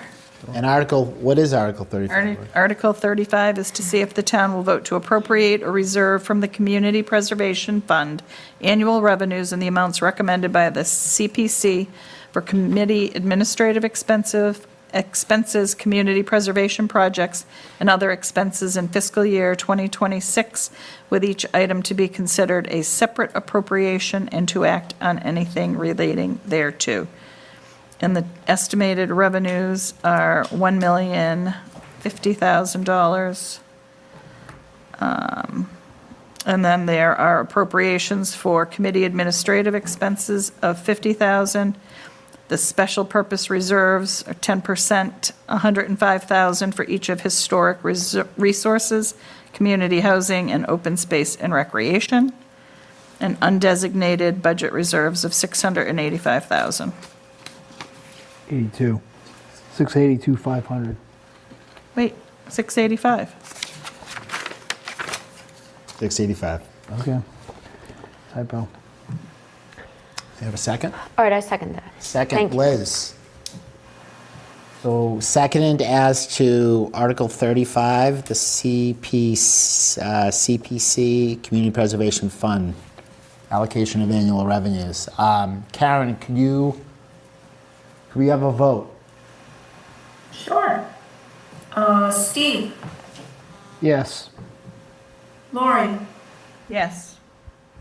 Liz, Yes. Jay, Yes. Andrew, Yes. Macy, Yes. Julia, Yes. Peter, Yes. Brian, Yes. Aman, Yes. Ron, Yes. Judy, Yes. and Tom. Yes. The motion passes unanimously. Unanimous. Thank you, Karen. Let's move on to 36. This is really kind of what we were just talking about. And the committee appropriating the various monies, $1,024,946. Anybody want to speak to this again? Anybody have a motion? You comfortable with this allocations by the committee?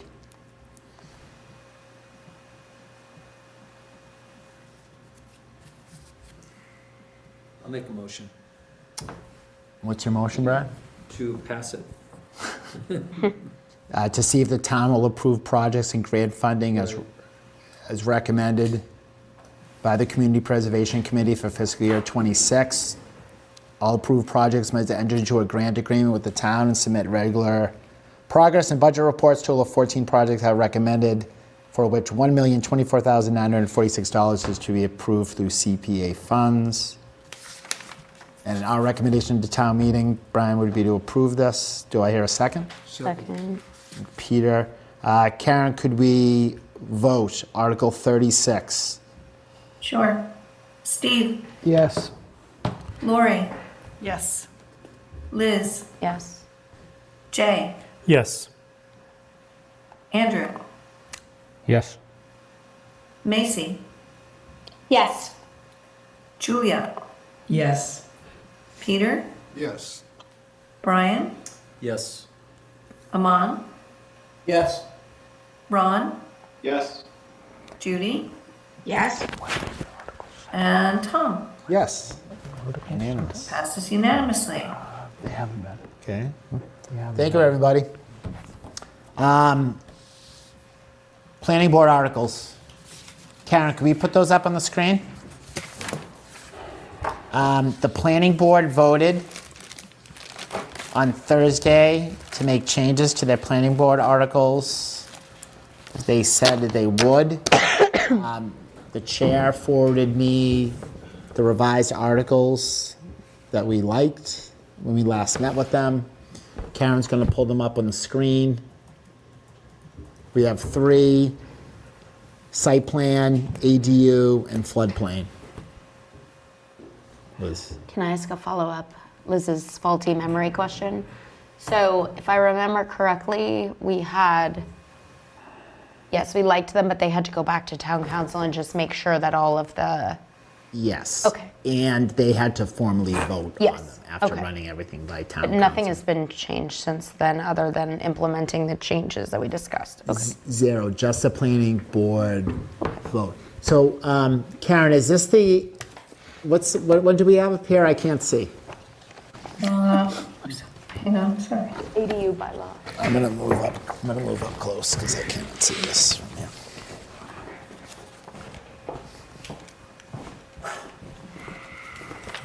Okay. Bigger? Yeah, perfect. So, everyone, you're gonna see the red lines, and so these changes were some of the things that we highlighted. There's a grammatical change. Karen, can you just go down?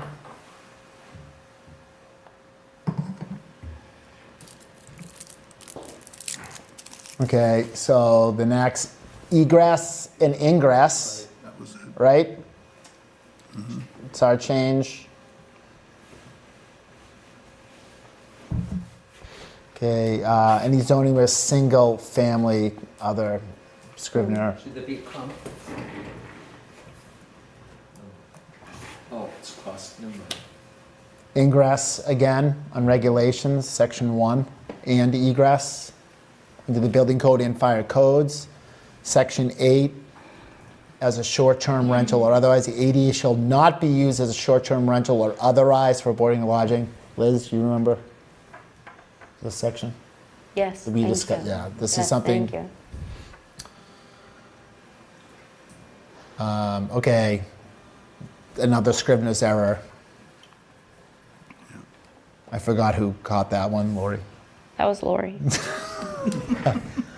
So that's under G, administration and My enforcement. memory is very good, actually. I say that, but Lori was Lori. Is that it, Karen? Yeah. Yep. Yes. Okay. So And can you do have Meredith here, I think. She was here at one point, if you have any questions. Yeah, we do. We have the chair of the planning board live. Wonderful. Nice. If Thank we you. have any questions to this. I don't think there is. I think we went through this pretty well. Karen, can you go back up to the top? So remember, this included also, as indicated by the planning board, a lot of the changes that were discussed at length at town meeting by the various speakers, other citizens. So everything essentially with our input has been incorporated into this ADU bylaw. And it has been reviewed by Peter Mello per the planning board and the chair who I spoke with today. So there we have the ADU. Karen, you just want to go through the other one right now, the site plan? Or, give me 1 second. Sure. Does anybody have any questions? Nothing It on doesn't this? look like substantial changes, right? Yeah. No, not after the first town meeting, the revisions, the fixes, then our fix. So it's been almost 4 drafts.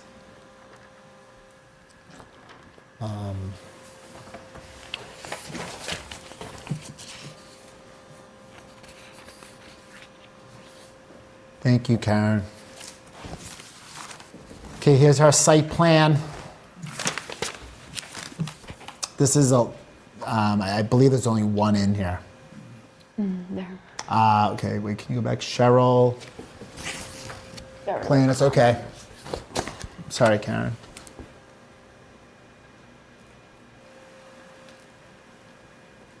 Oh, typo.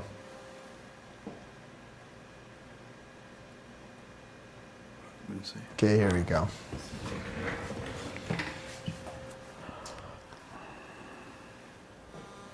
Okay, this is the decision section.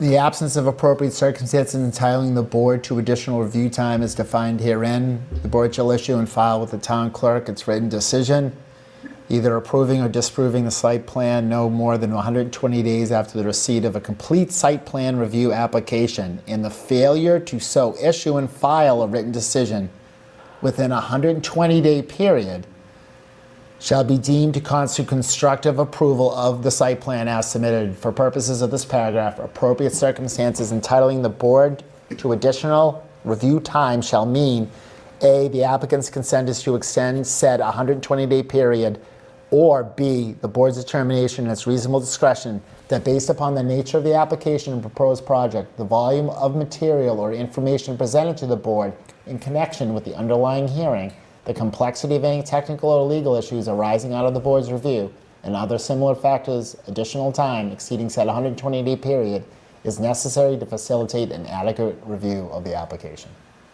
So there we go. It's the changed language, striking the 90 days or period as may be agreed upon by the applicant. Again, as we address the appeal section, Q, where we actually put in the statute, an action filed with the land court or superior court no later than 20 days following the board's filing of said decision with the town clerk and otherwise. And of course, set forward the statute, MGL 40A, section 17. Oh, you're fine. Okay. The withdrawal, I forget where this one came from. Oh, it's just because it said withdrawal of Just application withdrawal twice. I think that's it. Okay, we can speak to Meredith. Does anybody have any questions as to this? Again, aside from our changes that we made in this document, which were then voted on by the planning board, does anybody have anything they'd like to speak as to this bylaw as written? Again, taking into consideration planning board changes, our recommendations, and the recommendations of those at town meeting, the various citizens and speakers. Anybody have anything they want to address? Okay.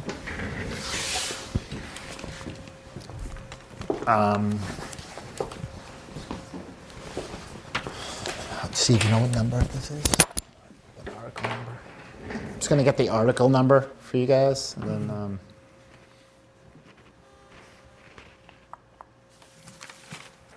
Closed it. sorry, I just had the warrant open. Yeah, I did too. I closed it. Doesn't look like there's an article number.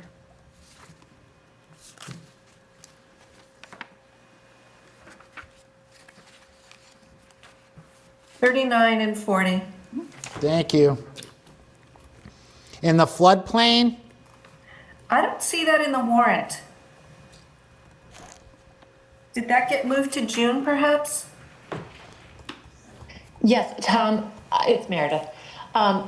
Nick Milano asked that we move that to June, the floodplain. thank you, Meredith. Okay, we have the chair of the planning board here. Any questions? Last chance.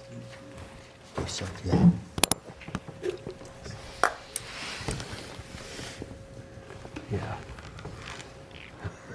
The only other thing I would mention that came up at our meeting is Nick had spoke to Cheyenne about moving the or adding the section where this should be included in our zoning bylaws. We had not heard anything from Nick on this. So in the final, in the zoning language, it allows the clerk to determine, make final determinations on that. So it might be worth having a conversation with Nick Milano on where he believes this should be placed. Or at least for the ADU, I'm sorry, on the ADU article, if it should be placed under the accessory use section. So there may be some conversation with the clerk on where they want this to be placed.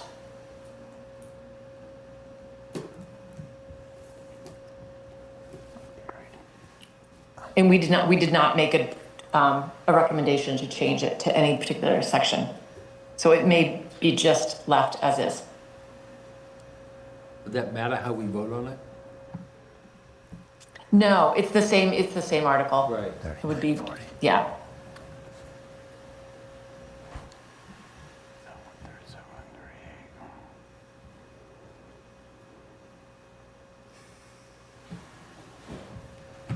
these don't have numbers. Can you go back here? This one that was XX.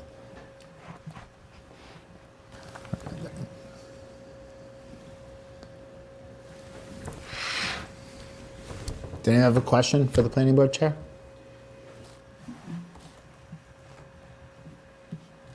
Right there. Right there.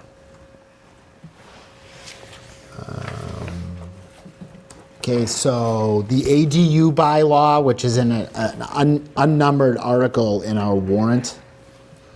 Does anybody have a motion? I'll make a motion to pass it. Brian? I'm gonna read the whole article. No. A motion by Brian to see if the town will vote to amend Chapter 275 of the general bylaws, and it was a zoning bylaw, striking Section 3.2, subsection A, paragraph 6, inserting the following language concerning accessory dwelling units. Okay, so this is an amending of Chapter 275 of general bylaws and introducing new site plan language to our bylaws. Do I hear a second? Second. Lori, second. Karen, could you call the vote? Sure. Steve, Yes. Lori, Yes. Liz, Yes. Jay, Yes. Andrew, Yes? Macy, Yes. Julia, Yes. Peter, Yes. Brian, Yes. Aman, Yes. Ron, Yes. Judy, Yes. and Tom. Yes. Motion passes unanimously. Unanimous.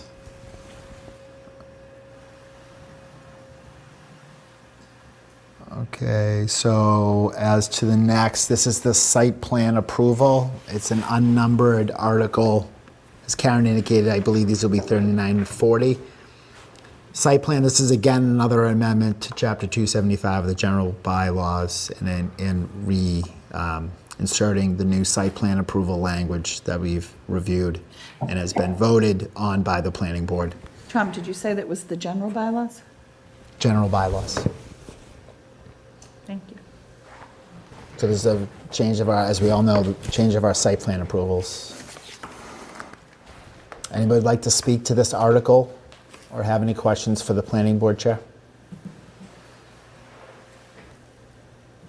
Seeing no hands raised or no one indicating a desire to speak, is there a motion as to this planning board article concerning the site plan approval?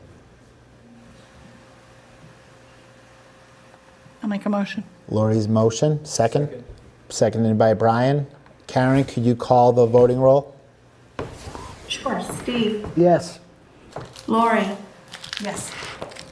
Liz, Yes. Jay, Yes.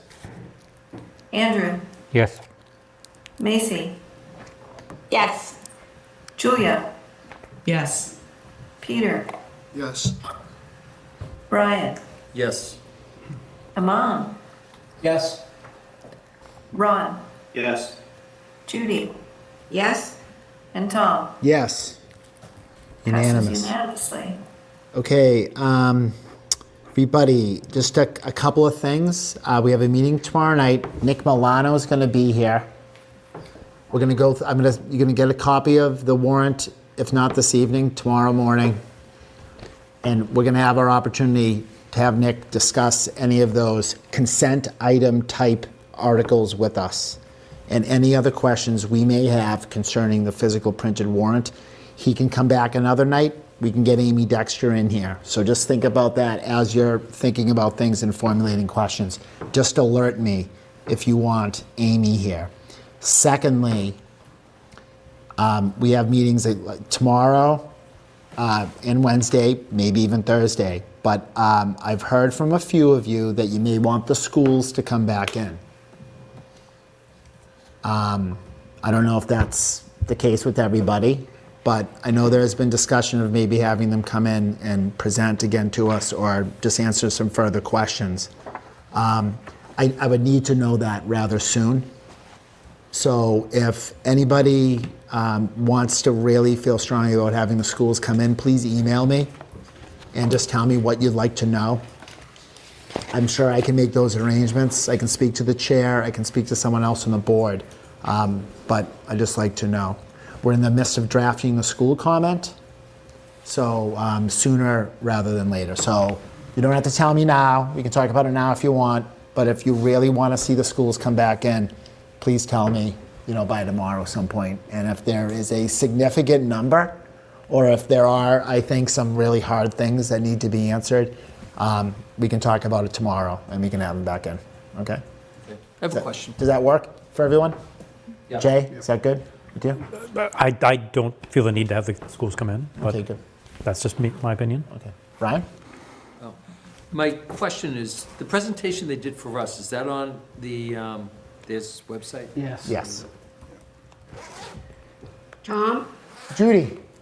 Oh, thank you.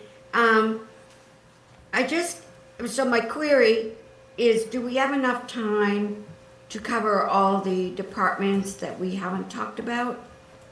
We can discuss them when we're addressing the individual articles. Okay, that was in regards to if you were having the schools come back, are we going to have enough time for? Yeah, that is, I think, the main concern I have. Also, their schedule, which I don't know, but that's why I said if there's a strong desire for more than one or two people on the committee, I can work to have them come back in. Okay, well, thank you. I was just wondering how our time was going. Thank you. Okay. One last thing before we break. The lighting bylaw, the light trespass. I'm going to talk to Nick about that. Do we want a speaker to come in on that matter? We don't have to make the decision now. It's back for May? It's back for May. Now. So I would like to try to invite somebody in just to talk about it. Somebody will come in and talk about I it. thought they got pushed off. It did, and then it miraculously reappeared last week.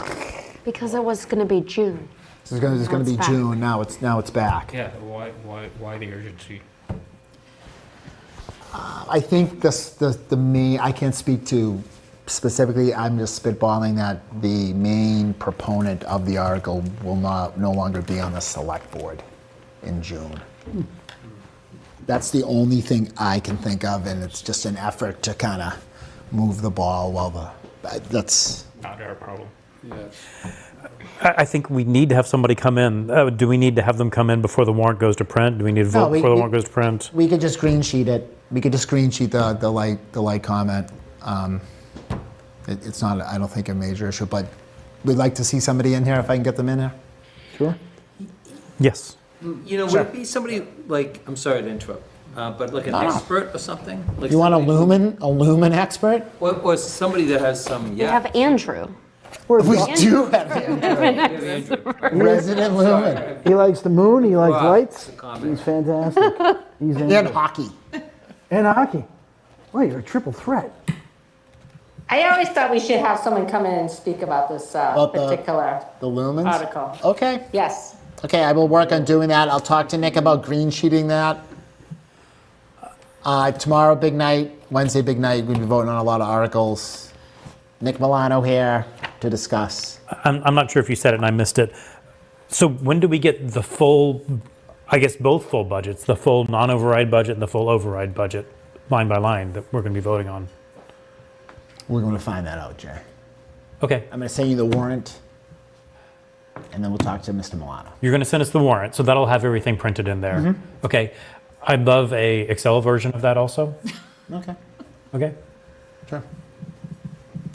Wouldn't we all? Yes, I like it. I'll take it. I would. Of course, I would. I'm sure he has it. Thank I you. have no doubt. of course. You haven't asked for it yet, Jay? I've been asleep at the wheel. I find that hard to believe. Can you have him, for the new members, note or annotate the consent items that he's going to cover tomorrow night so they can quickly read the ones that kind of fit that billing? Would that be helpful? Well, yeah, I mean, I kind of know what the consent, I don't, But the new Bob members. Hess will send it, will set the consent. We want for people. I'm thinking for the rookies. right? Wouldn't you rather know that? Why does it matter to us what's on the consent moderator. agenda? Someone will. Why does it matter to us what's on the consent agenda? No, I meant what did you say he's going to review tomorrow for the articles? It's going to review like just all the general government bylaws and what I call the consent agenda, what they usually. That's do. So the non-financial things. Yeah, that's what I meant. Is that interesting enough to talk about? I don't know, Jay. Maybe Okay. not. Oh, You know, okay. not to me at all. Yeah. Zero. Yeah. Okay. So someone it might be. Is he going to be remote? I don't know, Jay. He's going to be here. I'm sorry. I've got a lot more I'm questions for you, sorry. Dom. I don't. Will he know. wear a What will he tie? be wearing? Yeah, exactly. No, he will be wearing no tie. I think going with a blazer probably. That's very style. sporty. Maybe in a Oxford button down. What's Nick Milano? I know, I haven't forgiven you. Look at shine lights directly in. Sorry. Anything anyone else would like to discuss? Nope. Okay. Good job. Good agenda for tomorrow. Good next couple of days. Send me an email about schools if you'd like to see them back. Make a motion to- I'm sorry, I felt like I was asking too many annoying questions, so I shut up. But I do have one more question. Are you saying or implying that we're not going to be talking about any of the financial articles tomorrow? Are you saying it's up in the air? No, Jay. We're going to start with Article 1. Okay. And we're going to go through them all. And vote? Potentially. Cool. Okay. Do you see Great. the agenda for tomorrow? Yeah, I did. So if we get past the first few and get into ones with numbers, we'll be voting on those? We could. We could be. I know there's a desire there was a talk about discussing schools tomorrow or maybe Wednesday. Okay. So we're just kind of see where the evening brings us. I was just hoping we weren't limiting ourselves to, we're only going to look at the first 8 and then we're going home. And then No, it's there's Wednesday. no limit. Everything's on there. I have to say for new members, if you wanted to stay till midnight, because that's as late as we can stay, we could do as much as we wanted to.